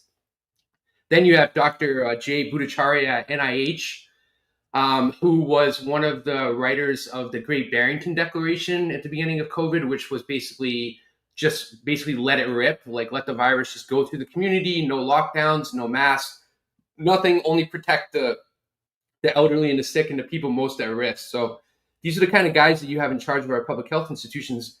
And then you have Dr. Menarez, who is a PhD in infectious disease from University of Wisconsin-Madison. She did her dissertation at Stanford. She has years of experience in government, in public health, international health security, disaster relief. She, in her confirmation hearing, was a huge proponent of vaccines, and she talked about the importance of the COVID vaccine specifically. So I was like researching this morning. I was like, where is the hook? I'm like, how did she make it through this process? Like, what am I missing here? Because she's excellent, and she has been the interim CDC director, and then they just made it official. So I don't know. I'm waiting for the penny to drop here, but because her credentials seem great, and and then you look on Twitter, like people like Laura Loomer and the rest of the Maha people are critical of her and her support for vaccines. So that makes me happy that this is somebody that's making them nervous. So I don't know how it's going to work, but I mean, I think compared to the other heads of the public health institutions, I'm glad to see she's there, especially at the head of the CDC. I mean, she may have a rough time. I mean, with the Right. defunding of True. so many of the those agencies that lead into the CDC, that connect to the CDC, and with so many doctors that she has inherited, if you will, the new crew, which is, you say, they're all part of this conspiracy theory that RFK Jr. signs on to. In our last minute or two, I wonder if you could also just give me a word about Alzheimer's. There were 2 new studies on Alzheimer's, and Alzheimer's is one of those elusive things that is the scourge of generally old age. Speak to these 2 new studies, if you would, please.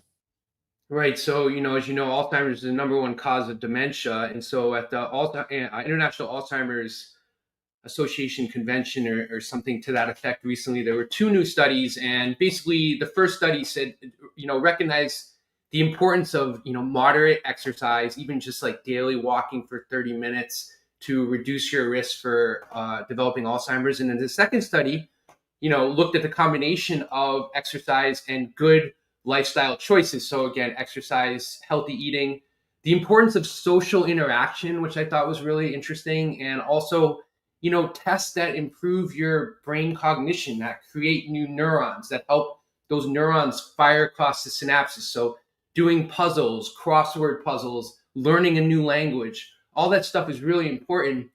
And in both those studies, they focus in particular on participants who had a high risk for developing dementia, whether that was relatives who already had Alzheimer's, or if they were already showing evidence of the ApoE4 gene, which is the one that we think plays a role in the development of Alzheimer's. So these were in patients who were at high risk for Alzheimer's. But I think, these recommendations can apply to anybody, whether you're at high risk or not, particularly the importance as you get older of maintaining those friendships, those social interactions, getting outside, doing puzzles, crossword puzzles, any kind of brain test that you can do to just increase your cognition, the importance of that. It's wild. My dad, the last decade of his life, brilliant guy, absolutely off the scale brilliant. And I mention this just because, he wanted to protect that gray matter. And he was always, maybe always overstates it, but I'd say 90% of the time, I'd be talking to him and he'd be talking about some complicated, and he'd be doing a crossword puzzle at the same time. I mean, imagine, like, it was so funny. I mean, we'd sit there and I'm visiting with my mother and him, and he's doing a crossword, and like, we're in the middle of a conversation. I'll go, excuse me, what's a 6-letter word for or whatever? And I thought it was just the greatest. He lived to 95, like a month before his 95th birthday, and he was pretty sharp, man. I got to give the guy credit. I mean, he started to lose it a little bit after COVID. He got hit by COVID, and that took a lot of his cognition away. But but he was an early adopter of your crossword puzzle thing. Very, very funny to see it. But I can smile and laugh, but the reality is, you're saying, look, it has a real effect on the elasticity of the brain going into your senior years. I mean, it's just, you have to think about the brain as any other muscle. You go to the gym to, work out your muscles, why not your brain as well? And then you see this from Becky. These studies make me sad, as my family members did all of those things. But clearly, Becky, the implication is that, they still succumb to Alzheimer's. I mean, just as you say, these things can help you like the gym helps you, but ultimately, nature takes its course, biology takes its course, and also environmental toxins take their course. I would imagine that there's some element there. Kim asks, can you ask about the best ways to prevent stroke once you've had one? Because her mom just did have a mild stroke. Can you speak to that, Dr. Daignault? Right. So, stroke is something I see every shift, probably 3 or 4 times a shift. We have to call a code stroke by patients that come in, and we're a comprehensive stroke center. So, I don't, again, without knowing the details of your mom, and, a minor stroke, we call it like a TIA, transient ischemic attack. And we always admit those patients even with minor strokes, because the importance, as you mentioned, is your risk for having a stroke in the next 30 days, once you've had a small one, is pretty high. So then the importance for us is to sort of optimize a number of things. So your blood pressure management, your blood sugar control, your control of your cholesterol, and then also talk about the importance of your lifestyle choices, like what you eat, how much you're exercising. And in a lot of cases, neurologists will start patients on aspirin or what we call dual antiplatelet therapy. So you take aspirin and Plavix. And just a caveat with aspirin, we used to always put everybody on aspirin. And people used to always just take a daily aspirin. And then a couple years ago, we found that the risk of taking a daily aspirin, the risk of gastrointestinal bleeding, other side effects outweigh that potential benefit unless you have had a diagnosed previous heart attack or stroke in the past. In that case, those people should be taking a daily aspirin. Wow, that's fascinating. I didn't know that second part. Wow. Yeah, we should talk about that more in depth next time, because I think that's a huge thing. I mean, I still see patients all the time and they come into ER that have never had a heart attack or a stroke, and you ask them what medication they're taking, and they say, I take a daily aspirin. And so, I always have to caution them that they may need to change that. So.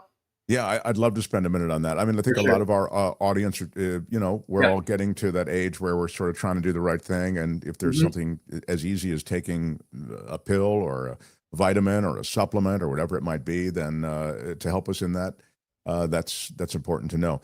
Sure. I've kept you over time. Thank you, Dr. Michael Daignault. You can find him across social media. He's on Instagram. He's on all the social media platforms. Daignault is DAIGNAULT, for those who are just listening and not seeing it there on the screen.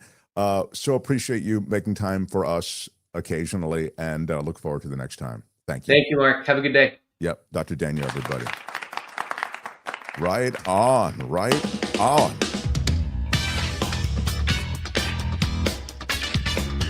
Smash it with your iron rod. I come from regular stock. There's a reason that this place is fun.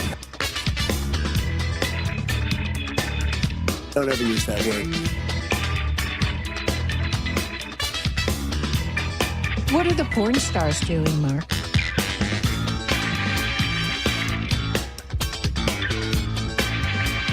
They pay me a lot of money for having attitude. What you say is the political dogma that they're trying to shove down our throats. Straight up, right in, no problem. What the hell is going on in the United States of America? Cuatro años más. I don't wear a mask for the same reason I don't wear underwear. Things gotta breathe.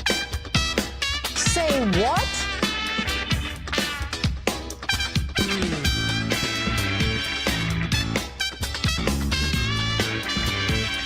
Do you have a secret talent? You get nothing.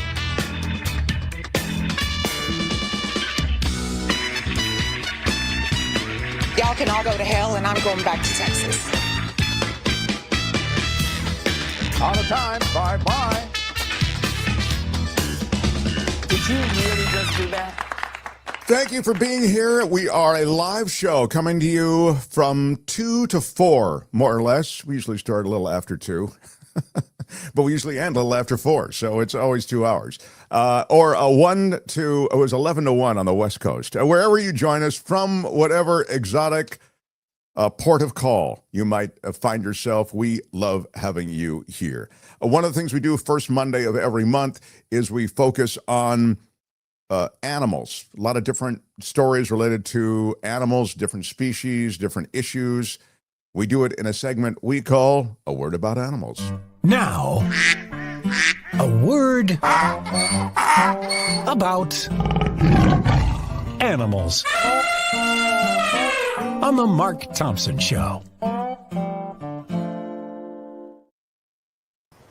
And our guest for A Word About Animals, Karen Dawn from Dawn Watch, the daily animal world news watch, a robust Facebook following, and of course across the internet at is it dawnwatch.com.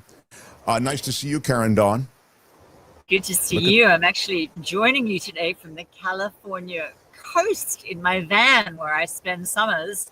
And I dreamed of having this stunning backdrop of the ocean that's next to me. But unfortunately, if I point the video at that, I go completely black. And Yeah, you get backlit. Yeah, it's tough. Well, we'll take your word for it. I'm sure it's quite stunning. Gorgeous. What part of the coast are you on? Well, you know, it's funny. My brother says that I'm not allowed to say live on air where I am, but I'm like, Josh, I've got two pit bulls and a shotgun in the car. I think I can say that I'm in Cambria. In the van, not in the car. Yeah. I do, you know, I love it right before when I come on when the Texas thing comes up, because you know, I do most of the year in Texas, but that's your state. A lot of people from California move to Texas. A lot of people who move to Texas are moving back to California too. That's a conversation for another time. Yeah, certainly when they encounter Texas summers. So yeah, that'll do it. Yeah, when the power goes off and the insects come in, yeah, it's a different scene. I want to ask you about something really heinous. I mean, it strikes me as heinous. And it's out of the zoo world. And the zoo world has always been something I've had kind of an uneasy relationship with in terms of my own morality, you know, caging these creatures. And I think you've actually spoken about this in the past, and you've actually spoken about it in a way that softened my heart a little bit toward that kind of view that they're all bad and this sort of thing. So, you know, you've been effective in changing the way I look at zoos a lot of the time. But I still see a lot of disturbing things associated with zoos. Most of it has to do with money up to this point, like when, for example, visitorship is down and they need more money. The animals suffer because they don't have as many visitors. They euthanize some creatures to get like a new bear cub in or whatever because they knew it'll be an attraction. So these are all things that go on at zoos. I'm just kind of trying to explain. For me, it's been kind of a tortured relationship. But what is happening now is absolutely beyond the pale. I'm seeing in Denmark, a zoo is asking for donations of small pets as food for the predators there at the zoo. They're trying to mimic the natural food chain, they say, and they want people literally to bring in their animals at home, domestic animals that are older. Can you speak to this? It seems like it's madness. I can speak to it. You know, I sent you along that article just as sort of a follow-up to a story that I had sent earlier that I think a lot of your folks might have seen, which is that a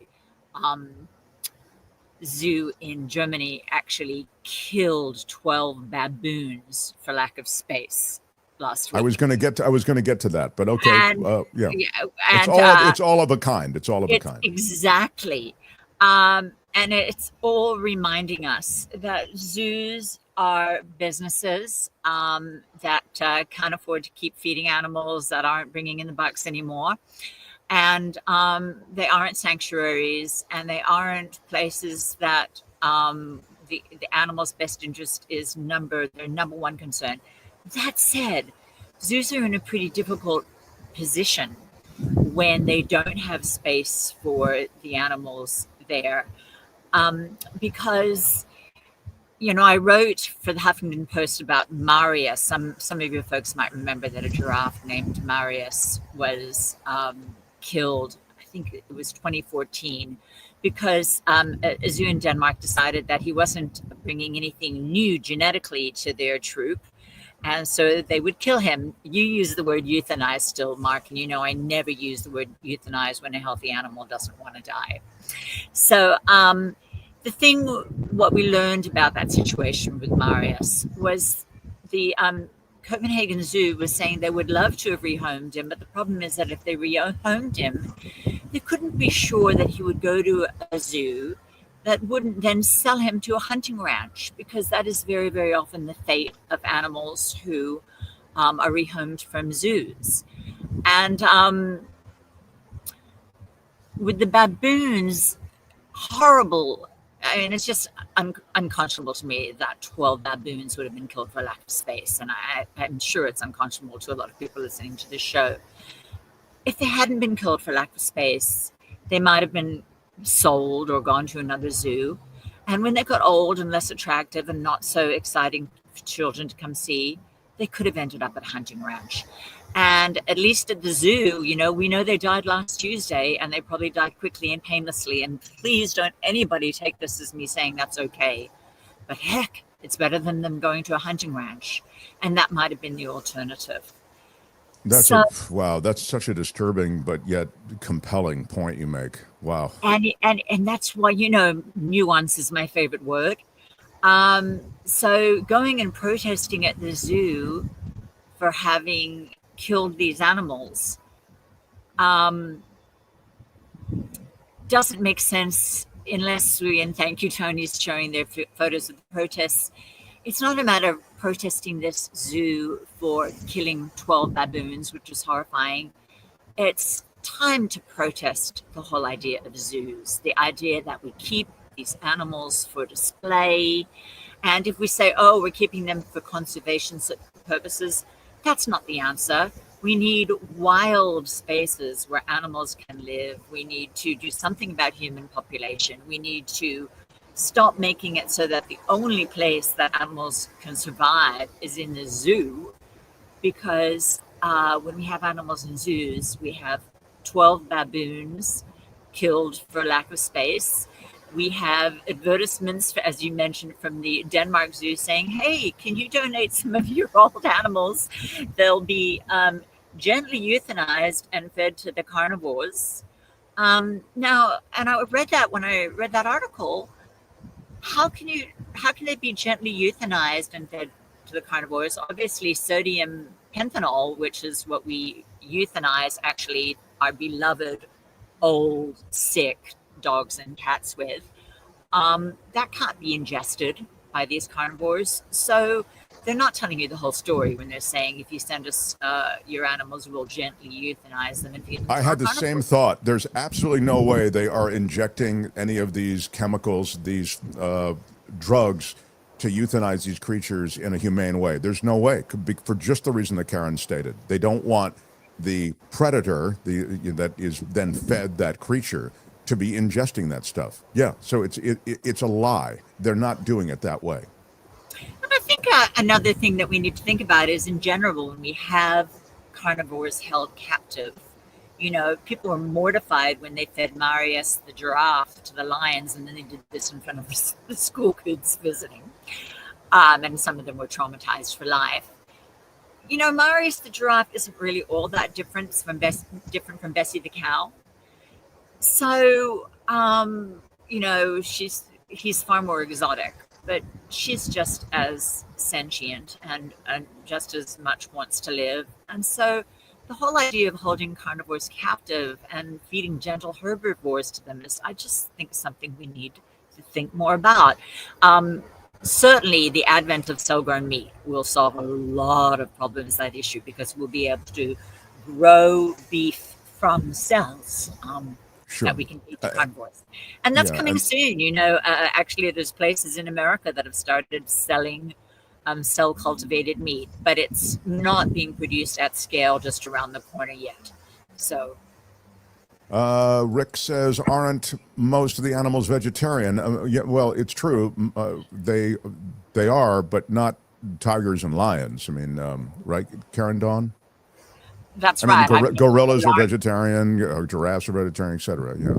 Yeah, and of course, it's worth mentioning that a lot of the biggest, strongest animals are vegetarians.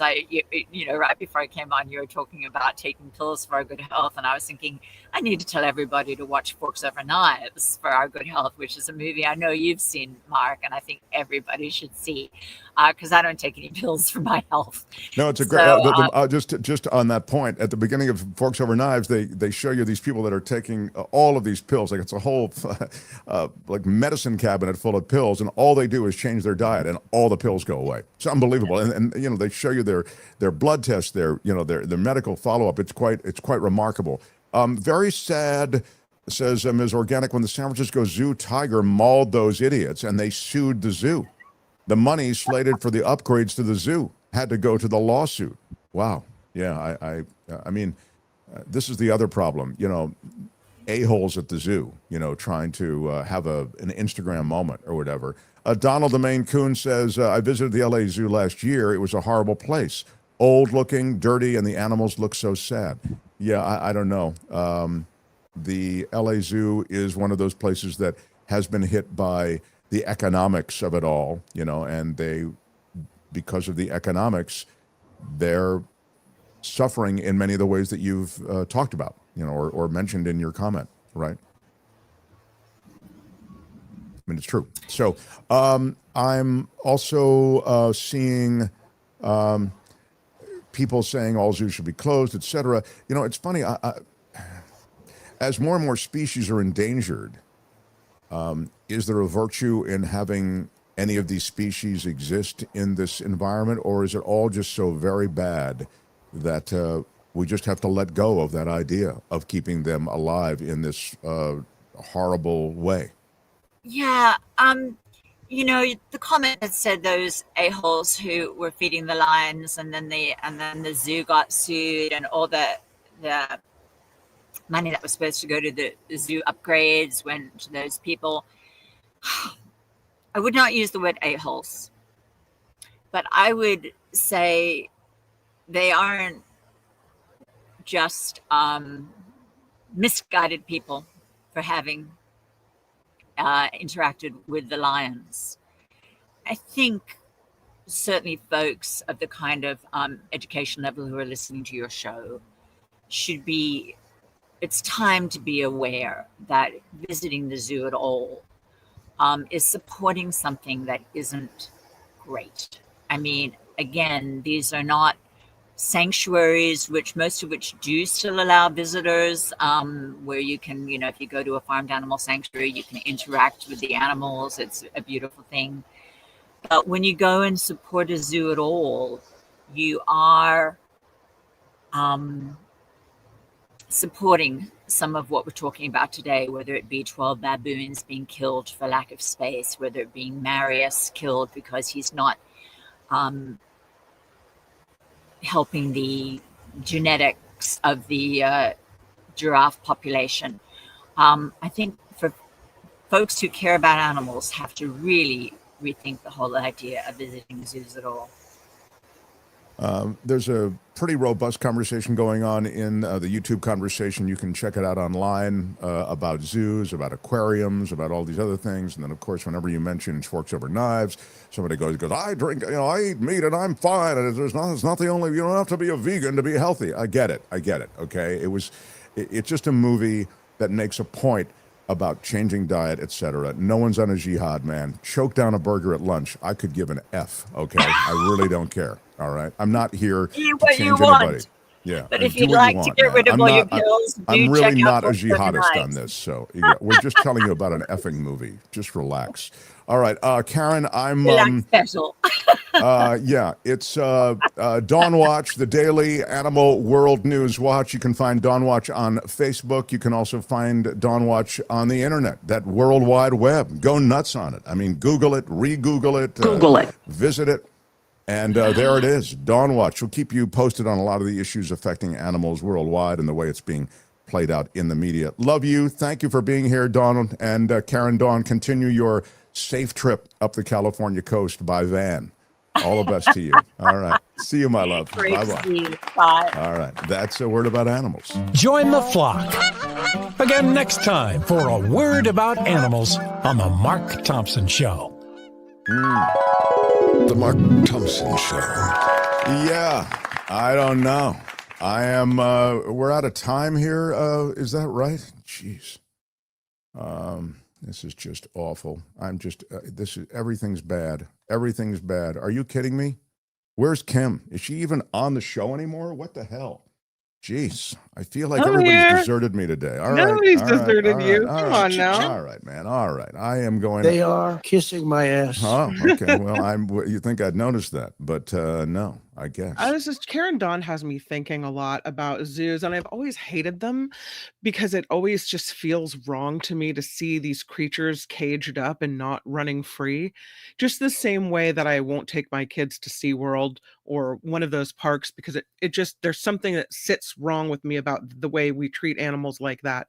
Sure. But then I hear these stories about, well, some zoos have these conservation programs, where they have these breeding programs to help the propagation of the species that are at risk, or they are, taking animals that maybe can't survive in the wild for some reason.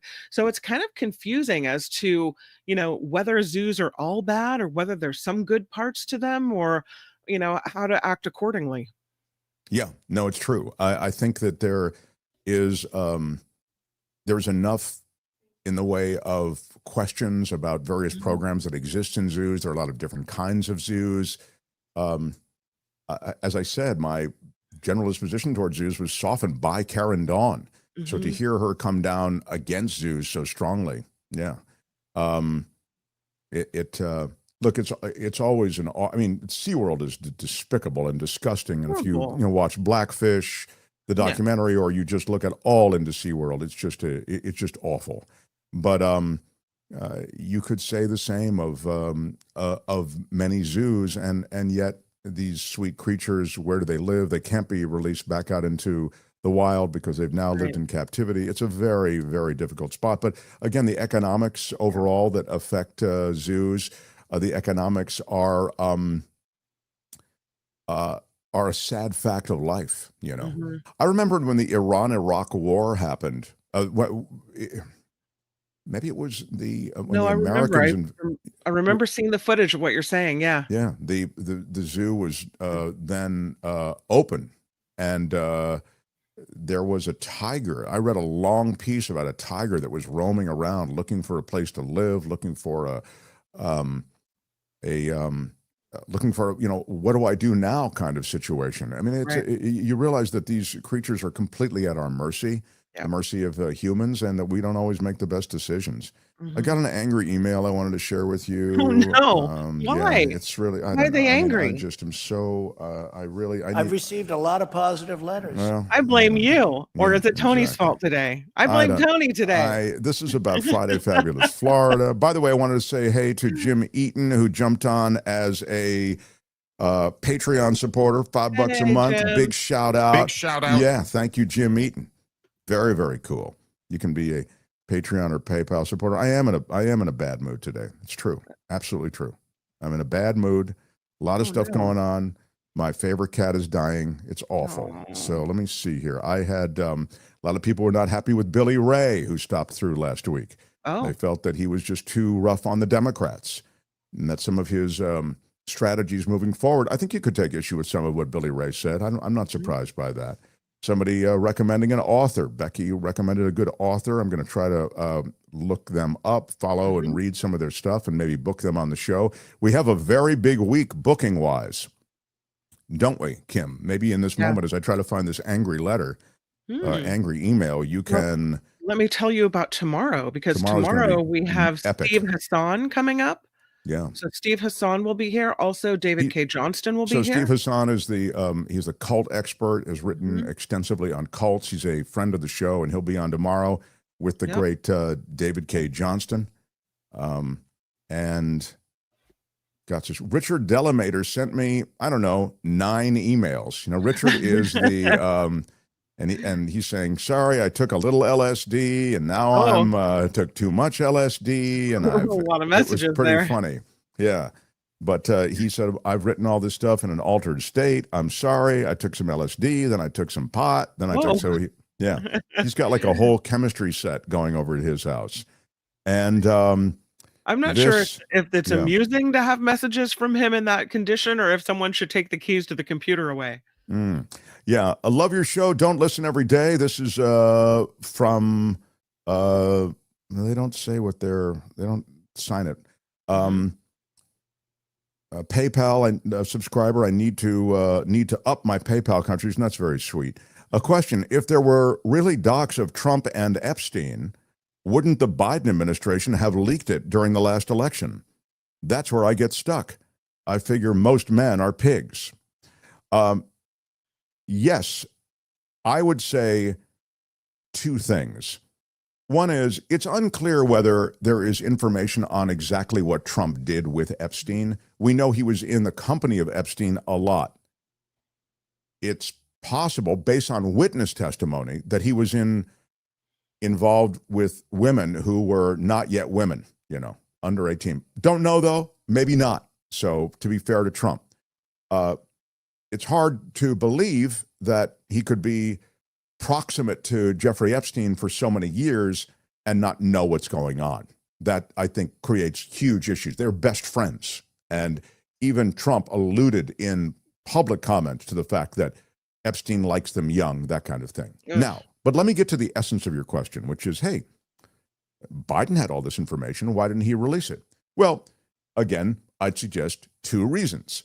One, Biden's a Boy Scout when it comes to politics and not wanting to smear anybody else. He's the kind of guy who says, my distinguished colleague from Delaware misses the point on the, he's one of those guys. Mm-hmm. He's an institutionalist. It's one of the things I don't like about Joe Biden. I think that to protect the institutions of America, sometimes you have to play hardball. He doesn't seem like a hardball player, but to be fair to Joe Biden, reaching across the aisle, trying to build a coalition within his own fractured Democratic Party to get his infrastructure bill passed, that worked for him. So please, there's a way that his style matched the moment when he needed it. But I think the bigger point is that Epstein's files implicate a lot of people, and a lot of them are Democrats. Now, I don't know if Bill Clinton is that group. I'm pretty sure he might be. And when I say implicated, I don't know what Bill Clinton did, but I know that he was on Jeffrey Epstein's plane. I know Bill Gates was on the plane. I know Alan Dershowitz was on the plane, and I'm knowing Prince Andrew's on the plane and a bunch of other people whose names haven't yet surfaced. But if you actually get into a deep dive on it, it's really, kings, princes, heads of industry, Wall Streeters, all of them. They all connect with Jeffrey Epstein. So if you're Joe Biden, and the Biden administration, what is your disposition toward releasing that information? It's guarded, right? Like, what is it, and in what way does it serve the public for me to release this information? That might have been the reason. So again, to review, it's because of the stink of Jeffrey Epstein getting on Democrats, okay? I don't want to mince words. It's not just Democrats, though. It's Republicans and Democrats. And as I say, heads of state around the world, and this horribly despicable, grotesque human trafficking of boys and girls that was going on through Jeffrey Epstein. And so I think the Biden administration was like, what do we do with this? Let's just bury it. It's all bad. It's ugly on both sides. Now, the MAGA community and the conspiracy community and the QAnon community and the rest, they were jihadists on this, and it was sold by Trump and others that it was Democrats. The revelation was going to be the Democrats, the child predator Democrats, all of that stuff. They built that illusion when the reality was that Jeffrey Epstein was arrested and charged during the Trump administration. The file on Jeffrey Epstein existed while Trump was in power. It would have been easily possible for Trump to release the relevant stuff about Epstein that damaged Democrats. After all, isn't that his thing? He would love to smear Biden, the Biden crime family, Clinton, Hillary Clinton, all of the Clintons, and so on. But clearly, it's more complicated than that. Again, Trump had access to all of that stuff during his administration. Epstein died by suicide. I don't believe it was suicide. He was suicided during Trump's term as president. He could have released that information. So clearly, there is enough here, enough stink to go to Democrats and Republicans. So when you ask the question as to why Biden didn't release it, I think it's for that reason, that it's all just so damaging for everybody. Let me get to the angry letter, an angry email, Kim, and you are mentioned. I mention you. No, in a good way, of course. Everybody loves you. You're incapable of doing anything I've wrong. received a lot of positive letters. Friday Fabulous Florida from Nancy. Hi, Mark. Friday Fabulous Florida is one of your most entertaining segments. I look forward to it each week. So we bumped it on Friday because of time. Kind of. We got a little taste of it. We did one story. I look forward to it each week as it really helps take away all the political nonsense that has happened during the week. Why do you not like this segment? You keep adding time wasters and chit that pushes it off and cuts out some of the stories. I like how I'm always the villain in everything. So I'm listening live as I do each day, and you have Michael Snyder on and still no Friday Fabulous Florida. What gives, Mark? Love your show, but pretty irritated right now. Please bring back Friday Fabulous Florida in all its glory. Why are you yelling? Nancy. So I write back right away. I say, sorry, Nancy, I didn't want to. We were 17 minutes after 1 o'clock on Friday. Sure. I didn't want to avoid doing it. It's just that I have Kim's show right after mine. There's nowhere to run once the show is running that long. And if Kim didn't have to do that show, I would have run Florida after Snyder. Once again, I'm sorry. And by the way, that's absolutely true. I don't want to be disrespectful to Kim. It's 20 minutes after 1. What am I supposed to do? Just keep doing my show as long as I want? Well, I literally would have done Friday Fabulous Florida after Snyder. It would have been fine if you want to bump me, but Tony's got another job to go to, and you know. So Nancy writes back to my writing back. She says, no, Mark, not letting you off the hook by blaming Kim's schedule. Seriously? What Yeah. Please put more emphasis on the Friday Fabulous Florida segment and put it back to the early part of the Friday show, she said. Why are you yelling? You saw the reaction in the chat. For everyone who responded there are probably 10 who feel the same but don't express it. Your show's become very heavy lately. Understandably. And we, your faithful listeners, look forward to a little lightness at the end of the week. Wow. She's really tough. Why are you yelling? I mean, it's tough. They pay me a lot of money for having attitude. She really did take me to the... She wants her Friday Fabulous Florida. Looks forward to it all week. I can't fault her. I love it when you're angry. It's a very, very difficult spot. I will say it was also Albert was out last week. I was filling in for him. Right. So blame me. Yeah, no, I don't blame you, but there was a lot going on. There was a lot going on. Yeah. I love how Tony just stood up to take one for the team, though. That's cool. Tony's great. Here's another Tony. Mark, you are the quarterback of this show, the main man. Accept the responsibility. Man up. I did accept responsibility. Wow. I just told you. I love it how people gratuitously go after me. It's crazy. I just did respect. I take responsibility. I thought I didn't want to bump Kim's show. Tony was filling in all this stuff. There was a lot going on. So I said, let's bump it. That's great. Anyway. And by the way, we could talk about another time, the popularity of Friday Fabulous Florida. I get it. Our core audience finds it very popular. Mm-hmm. But Tony, you'd agree with me. I mean, it doesn't do big numbers at all. No, it doesn't. So we can kind of tell you exactly how popular it is. So I get it. Quantifiably, yeah. Yeah, I can tell you exactly how many people like Friday Fabulous Florida. So don't tell me that for this many, there are that many who do. Yeah, okay. Look, I love that you write in, and I kind of like it when you get angry at me. I love it when you're angry. I just because I just love the content, but I'm doing the best I can to honor the obligations that everybody has. That's all. This might be a way to boost the Friday numbers. We got to threaten to cancel it so that more people watch it. Isn't that how it works? It's incredible. So anyway, guys, I'm delighted that people love a segment so much. We will definitely get it on this week with utter respect and regard for the love that you have and the abiding adoration that you have for Friday Fabulous Florida. Is there anything else that we have before we sign off? We must adjourn, but we do have a couple people to thank. And I do want to note that Friday Fabulous Florida has been moved to right before Michael Snyder on Fridays. Just so if you're looking for it, that's where it'll be. That's right. And Nancy wants it moved to the earlier time, but it's going to be, we're going to do it after Avila and Michael Schur. This is on Fridays. For those of you who don't watch the show regularly, this all means nothing to you. Chaplain Fred, a $10 super chat. Happy Monday, Mark and Kim. I just got here. That means you got guys, Mark. Sorry, I missed part of the show. Please continue to make the show interesting and informative. Thank you. Big shout out to Chaplain Fred, who is also ascending to a kind of HOF status. Chaplain Fred. He's a regular supporter of the show and donator. Scott Rittenberg. What up, Scott Rittenberg? I donate so I can hear my name vocalized by that dude with the glasses. He looks so smart. These are my credibility glasses that I'm wearing, and I am going to have to get new ones.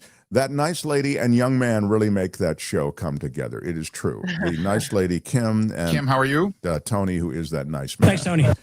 Next time, take an Uber, says Beth, on the car being towed. Yeah, maybe.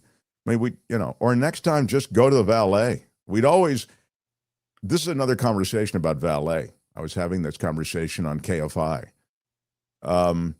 I'm drinking Cafe de Olla right now, says Mimi Gill. Love it. My Coachella Valley coffee.